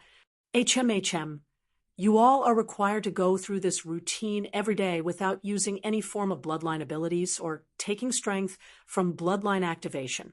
You're going through this as ordinary humans would do," he stated with a smile. "What? This is absurd. How do you expect us to go through that without our bloodline abilities?" Someone voiced out from the crowd, and other cadets also voiced their disagreement. "All I know is y'all got 3 hours. After 3 hours, your bloodlines begins to degrade if I don't take the seal off, he stated. More complaints could be heard after Officer Bryant stated that. Most of them felt powerless without their bloodlines and wondered how they were supposed to perform incredible feats, like going through this crazy routine without them. Aside from this, the sky was still dimly lit because of the time. So some of them were scared of going through the dark forest without their abilities. Zing, zing. 2 chairs appeared behind Officer Bryant, and he proceeded to take his seat before starting the countdown. He looked unbothered as he crossed his legs, smiled, and chatted with his subordinate. Gustav and 2 other cadets were the first to break off from the crowd as they started jogging towards the direction of the small forest up ahead. EE and Falco wasted no time in following behind him. The other special classes, and some cadets broke out of the crowd at the exact same time too, and started running in the direction of the forest. Those who were complaining figured they were just wasting time as they noticed the countdown and quickly started running towards the forest areas also. In a few more seconds, the place had been cleared up as thousands of cadets could be seen running towards the forest area in front. Dust and sand spread across the place as thousands of feet drummed on the path that led there. Officer Bryant tapped a few buttons on a controller he just brought out, and more projections appeared above them, displaying footage of the forest the cadets were running towards. Officer Bryant sure is nice. If it was her, she'd have slapped a few of them senseless already, Ibrahim said with a hard tone. I'm not as edgy as she is, but I truly pity these kids. I wonder how most of them are going to survive. Through her training, Officer Bryant rubbed his shiny bald head as he responded. Anyways, let's see what they're capable of without abilities, he added as he stared at the footage that displayed the entrance of the forest. The cadets were now beginning to enter the forest. Gustav passed by the first tree on the path to entering the forest. Should I deactivate the seal? The system suddenly asked.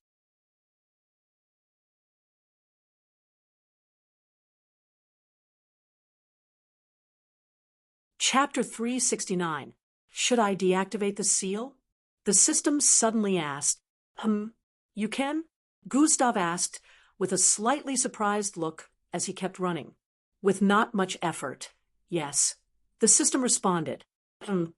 Nah, I think this is a good training method. Gustav declined after a brief moment of contemplation.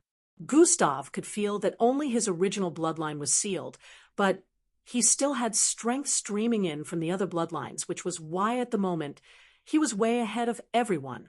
I'd like for you to also suppress all my other bloodlines too, and restrict my stats in the meantime, Gustav decided. Are you serious? You really want me to do that?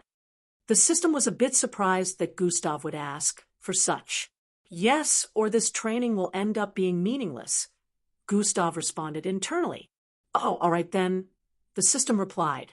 Sealing usage of bloodlines. Bloodline sealed successfully. Restricting host stats.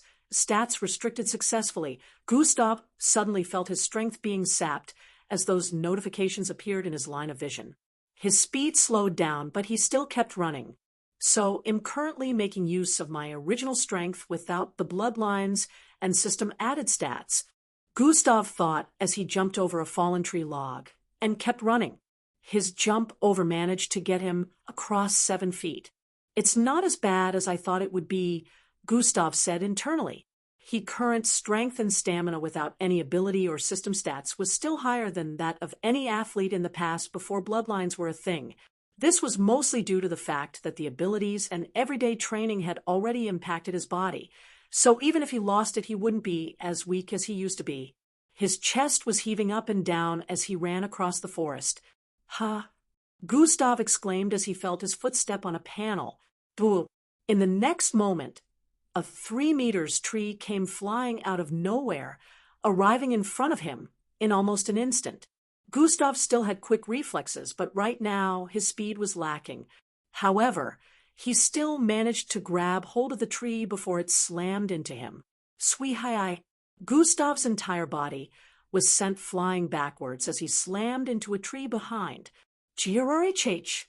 Gustav felt so much pain as his back slammed into the tree. Swai, swai. Two of the other cadets that dashed out of the encirclement at the same time he did passed by his left and right side and kept running forward. Both of them turned their heads to the side to stare at Gustav as he remained in his position. So it was him? The girl with pigtails and a purple-colored hair tie around her head said internally as she spotted Gustav. This was the same girl known as the strongest first-year cadet to some participants, Alevra. The other person was a guy with light blonde hair. Gustav recognized him to be the same guy that talked down on him in the corridor the day before, Chad. Chad made a low humph sound as he turned to look forward and kept running. Of course, Alevra also didn't slow down for a second and also kept running. Gustav continued sitting there for a few seconds, letting others overtake him. And Falco arrived a few moments later, along with Angie and the other girls. "Don't worry about me. Keep going, I'll just rest here for a bit," Gustav said to them. They all stared at him with a look of uncertainty. "Go, it'll be right behind you guys," Gustav said to them once again.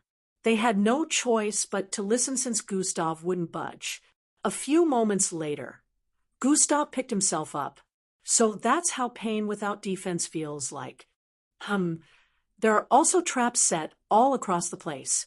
Lots of people will fall to it, which will end up decreasing the amount of traps left. I don't have to hurry since it's not a competition of who arrives first.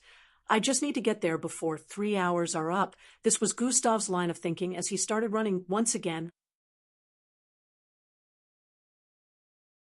Tap, tap, tap, tap. The sounds of feet tapping on the forest ground full of leaves, broken branches, and fallen trees reverberated across the place. Gustav just kept running at a moderate speed without the intention of overtaking anyone. "Oh, that's Gustav. I must surpass him," someone voiced out from behind, and started chasing after Gustav. He arrived on Gustav's right side a few moments later, but Gustav didn't even spare him a glance. "Looks like without your bloodline you're just so-so." He laughed lightly as he started overtaking Gustav. Gustav didn't bother replying. He just kept looking around. He noticed something off up ahead and moved further towards the side. The person who was currently overtaking him kept running forward. And the instant he arrived in between the two trees up ahead, massive webs appeared out of thin air. His body got wrapped in the webs, and it pulled backwards, trapping him within before shooting him out like a catapult. "Swee-hi-hi!" The cadet screamed loudly as his body was sent flying through the air. He was being shot backwards. Gustav had already passed by the side of the tree on the left. He showed no expression whatsoever to what had just happened and kept running forward. After a few more minutes, he could see the steep rocky slope up ahead. Some of the cadets had already begun climbing with their hands and legs as support. There was no equipment whatsoever, and the rocky mountain happened to be up to 1,000 feet tall. Huff, huff, huff. Gustav panted as he arrived before the rock and looked up, just as he thought Alevra was. First, Chad and Eldris were in second, only about 5 feet beneath her, and some other special class cadets were not too far off. Some of them had already climbed higher than 70 feet. "This one definitely has traps too," Gustav said internally as he squinted his eyes. Just as that thought came to his mind, someone who had reached a height of 20 feet placed their hand on a rock. SHHHSCZHH. An opening appeared and a pole shot out of the hole. The cadet was hit in the guts and sent tumbling down the steep rocky mountain.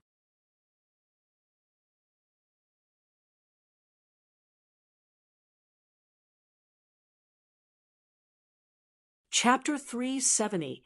Bang. He landed a few feet from Gustav's position and screamed out in pain while rolling across the floor with a bleeding right arm. Gustav only stared at him for an instant before he started climbing. He kept fixed his eyes on the routes that the others had taken and followed the ones that climbed up safely. As Gustav reached a height of 40 feet, a loud scream was heard. "Kyrar, Gustav looked up and noticed someone falling from above. Bam, bam.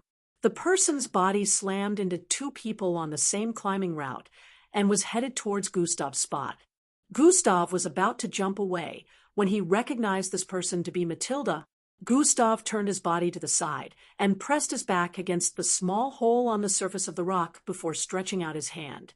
Grab. He grabbed onto Matilda's left hand just as her body reached his position. GHHR. Gustav growled as he made use of his left hand to hold onto the pointed rock on the side and held her with his right hand. Matilda looked up and noticed that she was caught by Gustav. Her face beamed up with happiness as Gustav pulled her up while grunting. She grabbed hold of a pointy part of the rocky mountain and supported her weight herself. "Thanks, Gustav," she muttered with an appreciative look. "H&M, it's no problem," Gustav said as he placed his left palm on his right shoulder with a slight look of pain. "Let me help you with that," Matilda said, and grabbed hold of Gustav's right shoulder before pressing and pushing against it. A loud pop resounded from his shoulder area as his dislocated joint returned back to normal. Gustav made a muffled, painful noise and shook his arm before breathing in and out profusely. "Thanks," Gustav muttered as he felt the pain begin to reduce. "No, I'm the one who should be grateful," Matilda said with a look of gratitude. "Let's go," Gustav said as he grabbed hold of another part of the rocky mountain up and pulled himself up. "Make sure to follow the route of those up ahead," Gustav instructed as he started climbing. Matilda also began to climb and followed Gustav's instructions. By now, the cadets had realized that every course was going to have traps, so they trod carefully. However, even though the accidents decreased drastically, there was still the issue of energy and stamina. Even after 20 minutes had passed, no one was yet to reach the top. Alevra was still the first at the moment. She had scaled over 600 feet of the Rocky Mountain, but there was around 400 feet to scale. Gustav currently had climbed to a height of 500-plus feet and paused again to catch his breath. His muscles were feeling sore at the moment, and crystalline beads of sweat rolled down his face. This side of the mountain was practically a wall.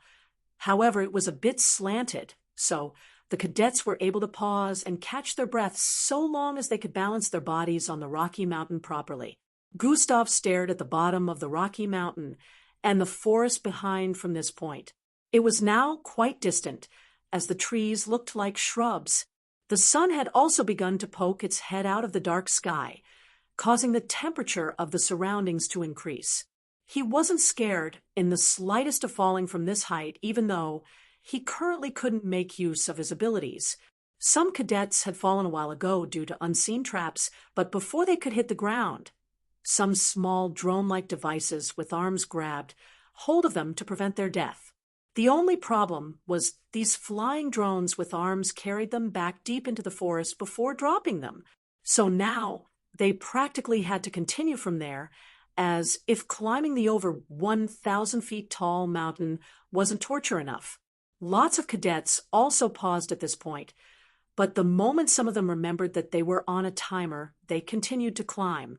After a few moments of rest, Gustav began to climb again. At this point, Alevra had given Eldris and Chad a gap of close to 50 feet. She didn't pause once and kept climbing. Those below had looks of astonishment as they stared at her small figure high above. Just what sort of monstrosity is she? Most of them wondered because even other special class paused to rest at some point. Gustav continued on the trail of others and kept climbing even with his sore muscles that were becoming stiff with every pull. He seemed to have a lot of stamina because he also didn't pause since he started climbing. The only difference was he wasn't as fast. However, he was close to reaching Eldris and Chad's current height. Glade wasn't too far off, while Falco was struggling tremendously to pull himself up after reaching the height of 400 feet. He and Angie weren't too far from one another. Gustav had passed Angie's height some time back, but didn't even notice her since there were 100 others climbing all around him.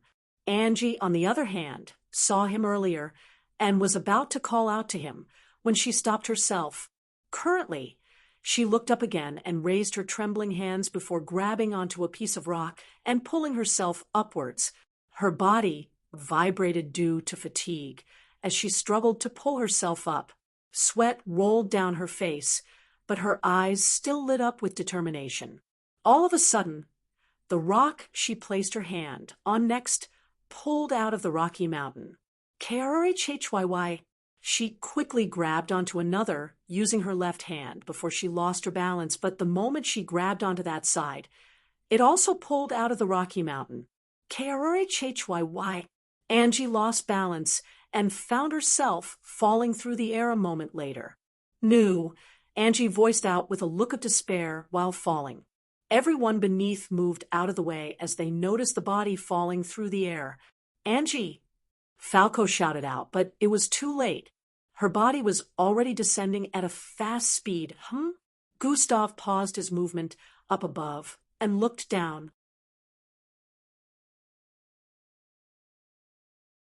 He noticed the small duck getting even smaller as it descended into the distance. "Looks like another person fell to a trap," Gustav thought.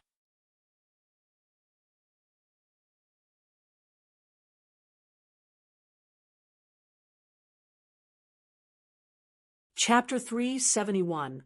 A moment later, he turned to look up and continued climbing. After another 30 minutes went by, Gustav arrived at the top of the mountain with a body full of sweat and aching muscles. He laid on the mountain top like others who had just arrived. The top of the rocky mountain was rough-looking and full of large, bumpy rock fragments scattered all around. After a few more seconds of catching his breath, Gustav started running forward once again. His thighs felt really heavy, but he still pushed himself to raise both legs and throw them forward. Gustav arrived at the other end of the Rocky Mountain top in about 2 minutes and looked down only to see a foggy, abysmal view. The bottom of the mountain couldn't be seen from this end. It looked very deep, as if a person would keep falling forever if they slipped from this edge. There were ropes tied to small metal bars that protruded from the ground of the mountain top. As these ropes extended far into the distance, leading to another mountain, atop several hundred feet away. It might have been possible for some of the cadets to leap to the other side before, but without their abilities, it was impossible for them to perform such feats right now. Gustav arrived in front of the line and looked ahead. He couldn't see anyone on this line up ahead because they were only a few cadets who had reached this point. On the sides, some cadets could be seen squatting as they reached out and held onto the rope with their hands. Some of them kicked the lower part of their body off the edge of the mountaintop and made use of their hands to support their entire body as they started moving forward with the rope. Some of them hugged their legs around the rope and pulled their body forward using their arms, while only a few people like Gustav balanced their feet on the rope as they moved forward one step at a time. Gustav steadied his breathing as he put one foot in front of the other. Both of his arms were outstretched as he recalled his training with Miss Amy about balance. Those who were also walking on one of the ropes looked focused as they moved one step at a time. Hundreds of feet ahead on the rope towards Gustav was left. Alevra held out a book and read as she walked effortlessly on the rope. She walked the line like she was walking on the ground and didn't even bother staring down or anywhere else. Her balance was totally flawless. Gustav was also moving quite faster than others while walking on the rope, but Alevra was the fastest. Gustav could tell that there wouldn't be any traps laid out here because walking on the rope was already enough of a challenge. A lot of cadets were moving at a snail's pace, and some of them were struggling to pull themselves forward due to fatigue. Gustav stared at both sides and below. He wondered what was at the bottom of the mountain on this side due to the immense depth. Ahas! A loud scream rang out as a cadet lost strength in his arms and started falling after letting go of the rope. Gustav only stared for a few moments and saw the person's body disappearing into the abysmal fog below. A few seconds later, the same person was lifted back up by some mechanical drones. He seemed to have passed out from the way his body was flayed in the winds as he was lifted out of the fog and taken backward towards the mountain area. Gustav had continued walking at this point. Minutes later, he was closing in on the edge of the other mountaintop. He finally arrived there a few moments later and started running down the sloppy mountain. This one wasn't steep like the one on the other side, so it was quite easy to descend. Gustav dodged the hurdles on the path as he ran down. In about 2 minutes, he reached the mountain part that was cut off from the bottom. It was only about 20 feet away from the bottom, but what awaited them was a 5,000 feet wide river that covered everywhere. Gustav kept running and jumped straight into the river. Splash! Other cadets also arrived there and jumped in while some had arrived earlier. Gustav started swimming forward with as much speed as he could muster. He started passing those that had gone beyond him and slowly closed those at the forefront. He could see EE in the distance and a few of the other special class recruits. All of them had so much stamina that they didn't pause once to catch a break as they swam. Gustav looked around for potential traps, but to his surprise, no one had fallen to any trap even after they had been swimming for several minutes. Gustav calculated the time they had spent so far and realized that only around 30 minutes were left. He sped up and stopped reserving his energy.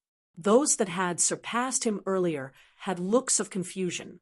They had really thought Gustav slowing down earlier was due to the fact that he was very weak without his bloodline. Some of them pushed themselves too, not wanting to be left behind, as they saw it as a competition, while Gustav only saw it as a new method of training. At this point, Gustav's arms and legs were very sore from waving and kicking within the water, but he wanted to make sure he got there before the 3 hours time limit. Although he knew the system could deactivate the seal at any time, he still wanted that 3 hours to be his daily goal and surpass it eventually. That girl seems pretty strong. Gustav could see a lever's body outline in the distance. She was still in first position and even more than 50 feet ahead of the next two.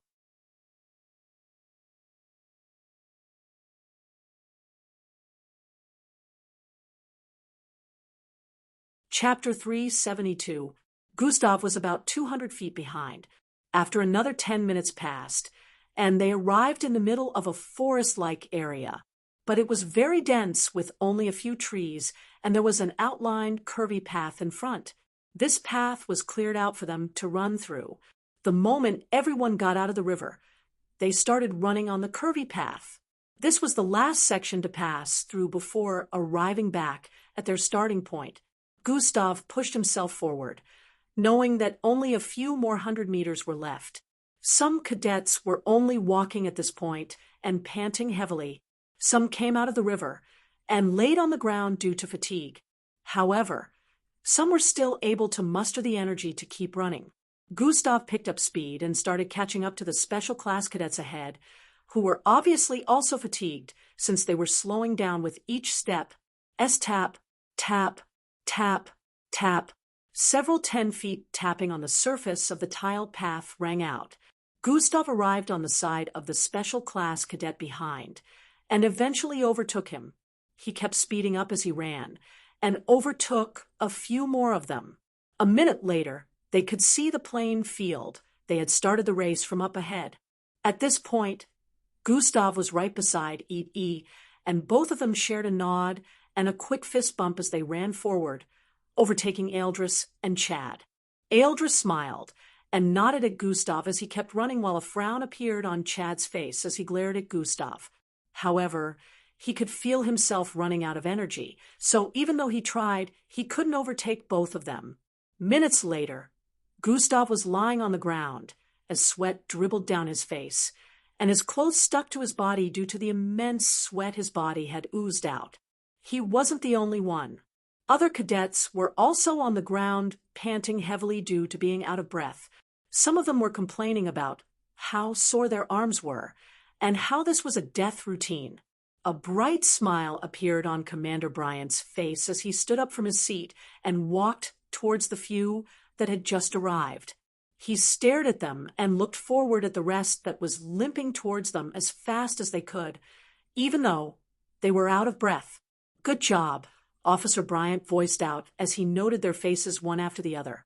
Obviously, the first to arrive was the special class cadets that were about 50 in number.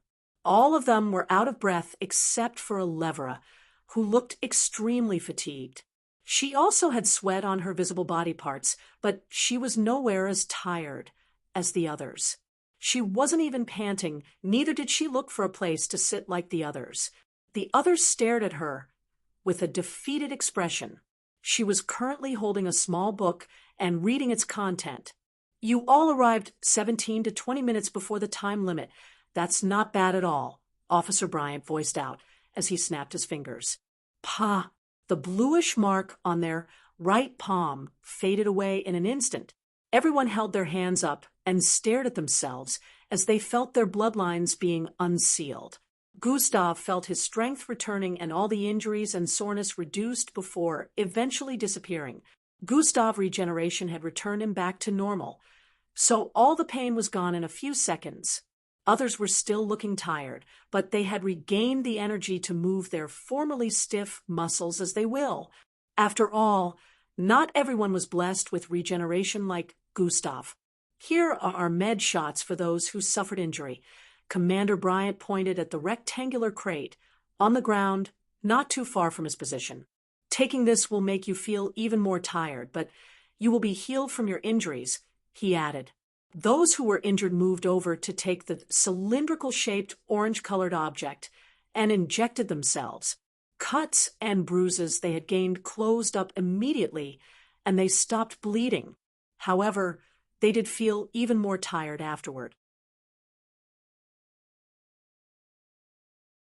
Some of them that knew Gustav fell to a trap at the beginning wondered why he didn't go and take a med shot, not knowing that at the moment he didn't have a single scratch on his body. Everyone that had arrived had to wait till the time was up. Only around 900 people managed to make it here before the time was up. There were still hundreds of other cadets struggling to arrive. Officer Bryant started addressing them when the time was up. Now, since it's you youngsters, first time trying out the daily routine session, all other morning training sessions will be canceled for the next 1 week. I expect everyone to get used to this after 1 week has gone by, Officer Bryant voiced out. Everyone should prepare to be addressed by noon at the main hall. Commander Cilia, the head authority of the MBO camp, will be there, he added before turning around to leave. The other male officer followed him, while the female officer remained behind. Officer Sasha directed the late one to our command center for the deactivation of the seal. He instructed while waving from ahead without turning around. The cadets started leaving the place as well. Officer Sasha walked forward and stared at the faces of some cadets before preventing them from leaving. You're among those that arrived late today. Start your second lap of the morning routine, she voiced out with an unmerciful tone. Those involved had looks of horrors as they pleaded with loud voices. Gustav stood to his feet to leave when E called out to him from behind. Angie and Falco have not arrived, he stated with a tone of worry. Matilda and Glade also came forward. They had the same complaints. I have checked for them as well. They're not here, Matilda added. We'll be having little time skips that you're tuning into the Mystic Fist YouTube channel.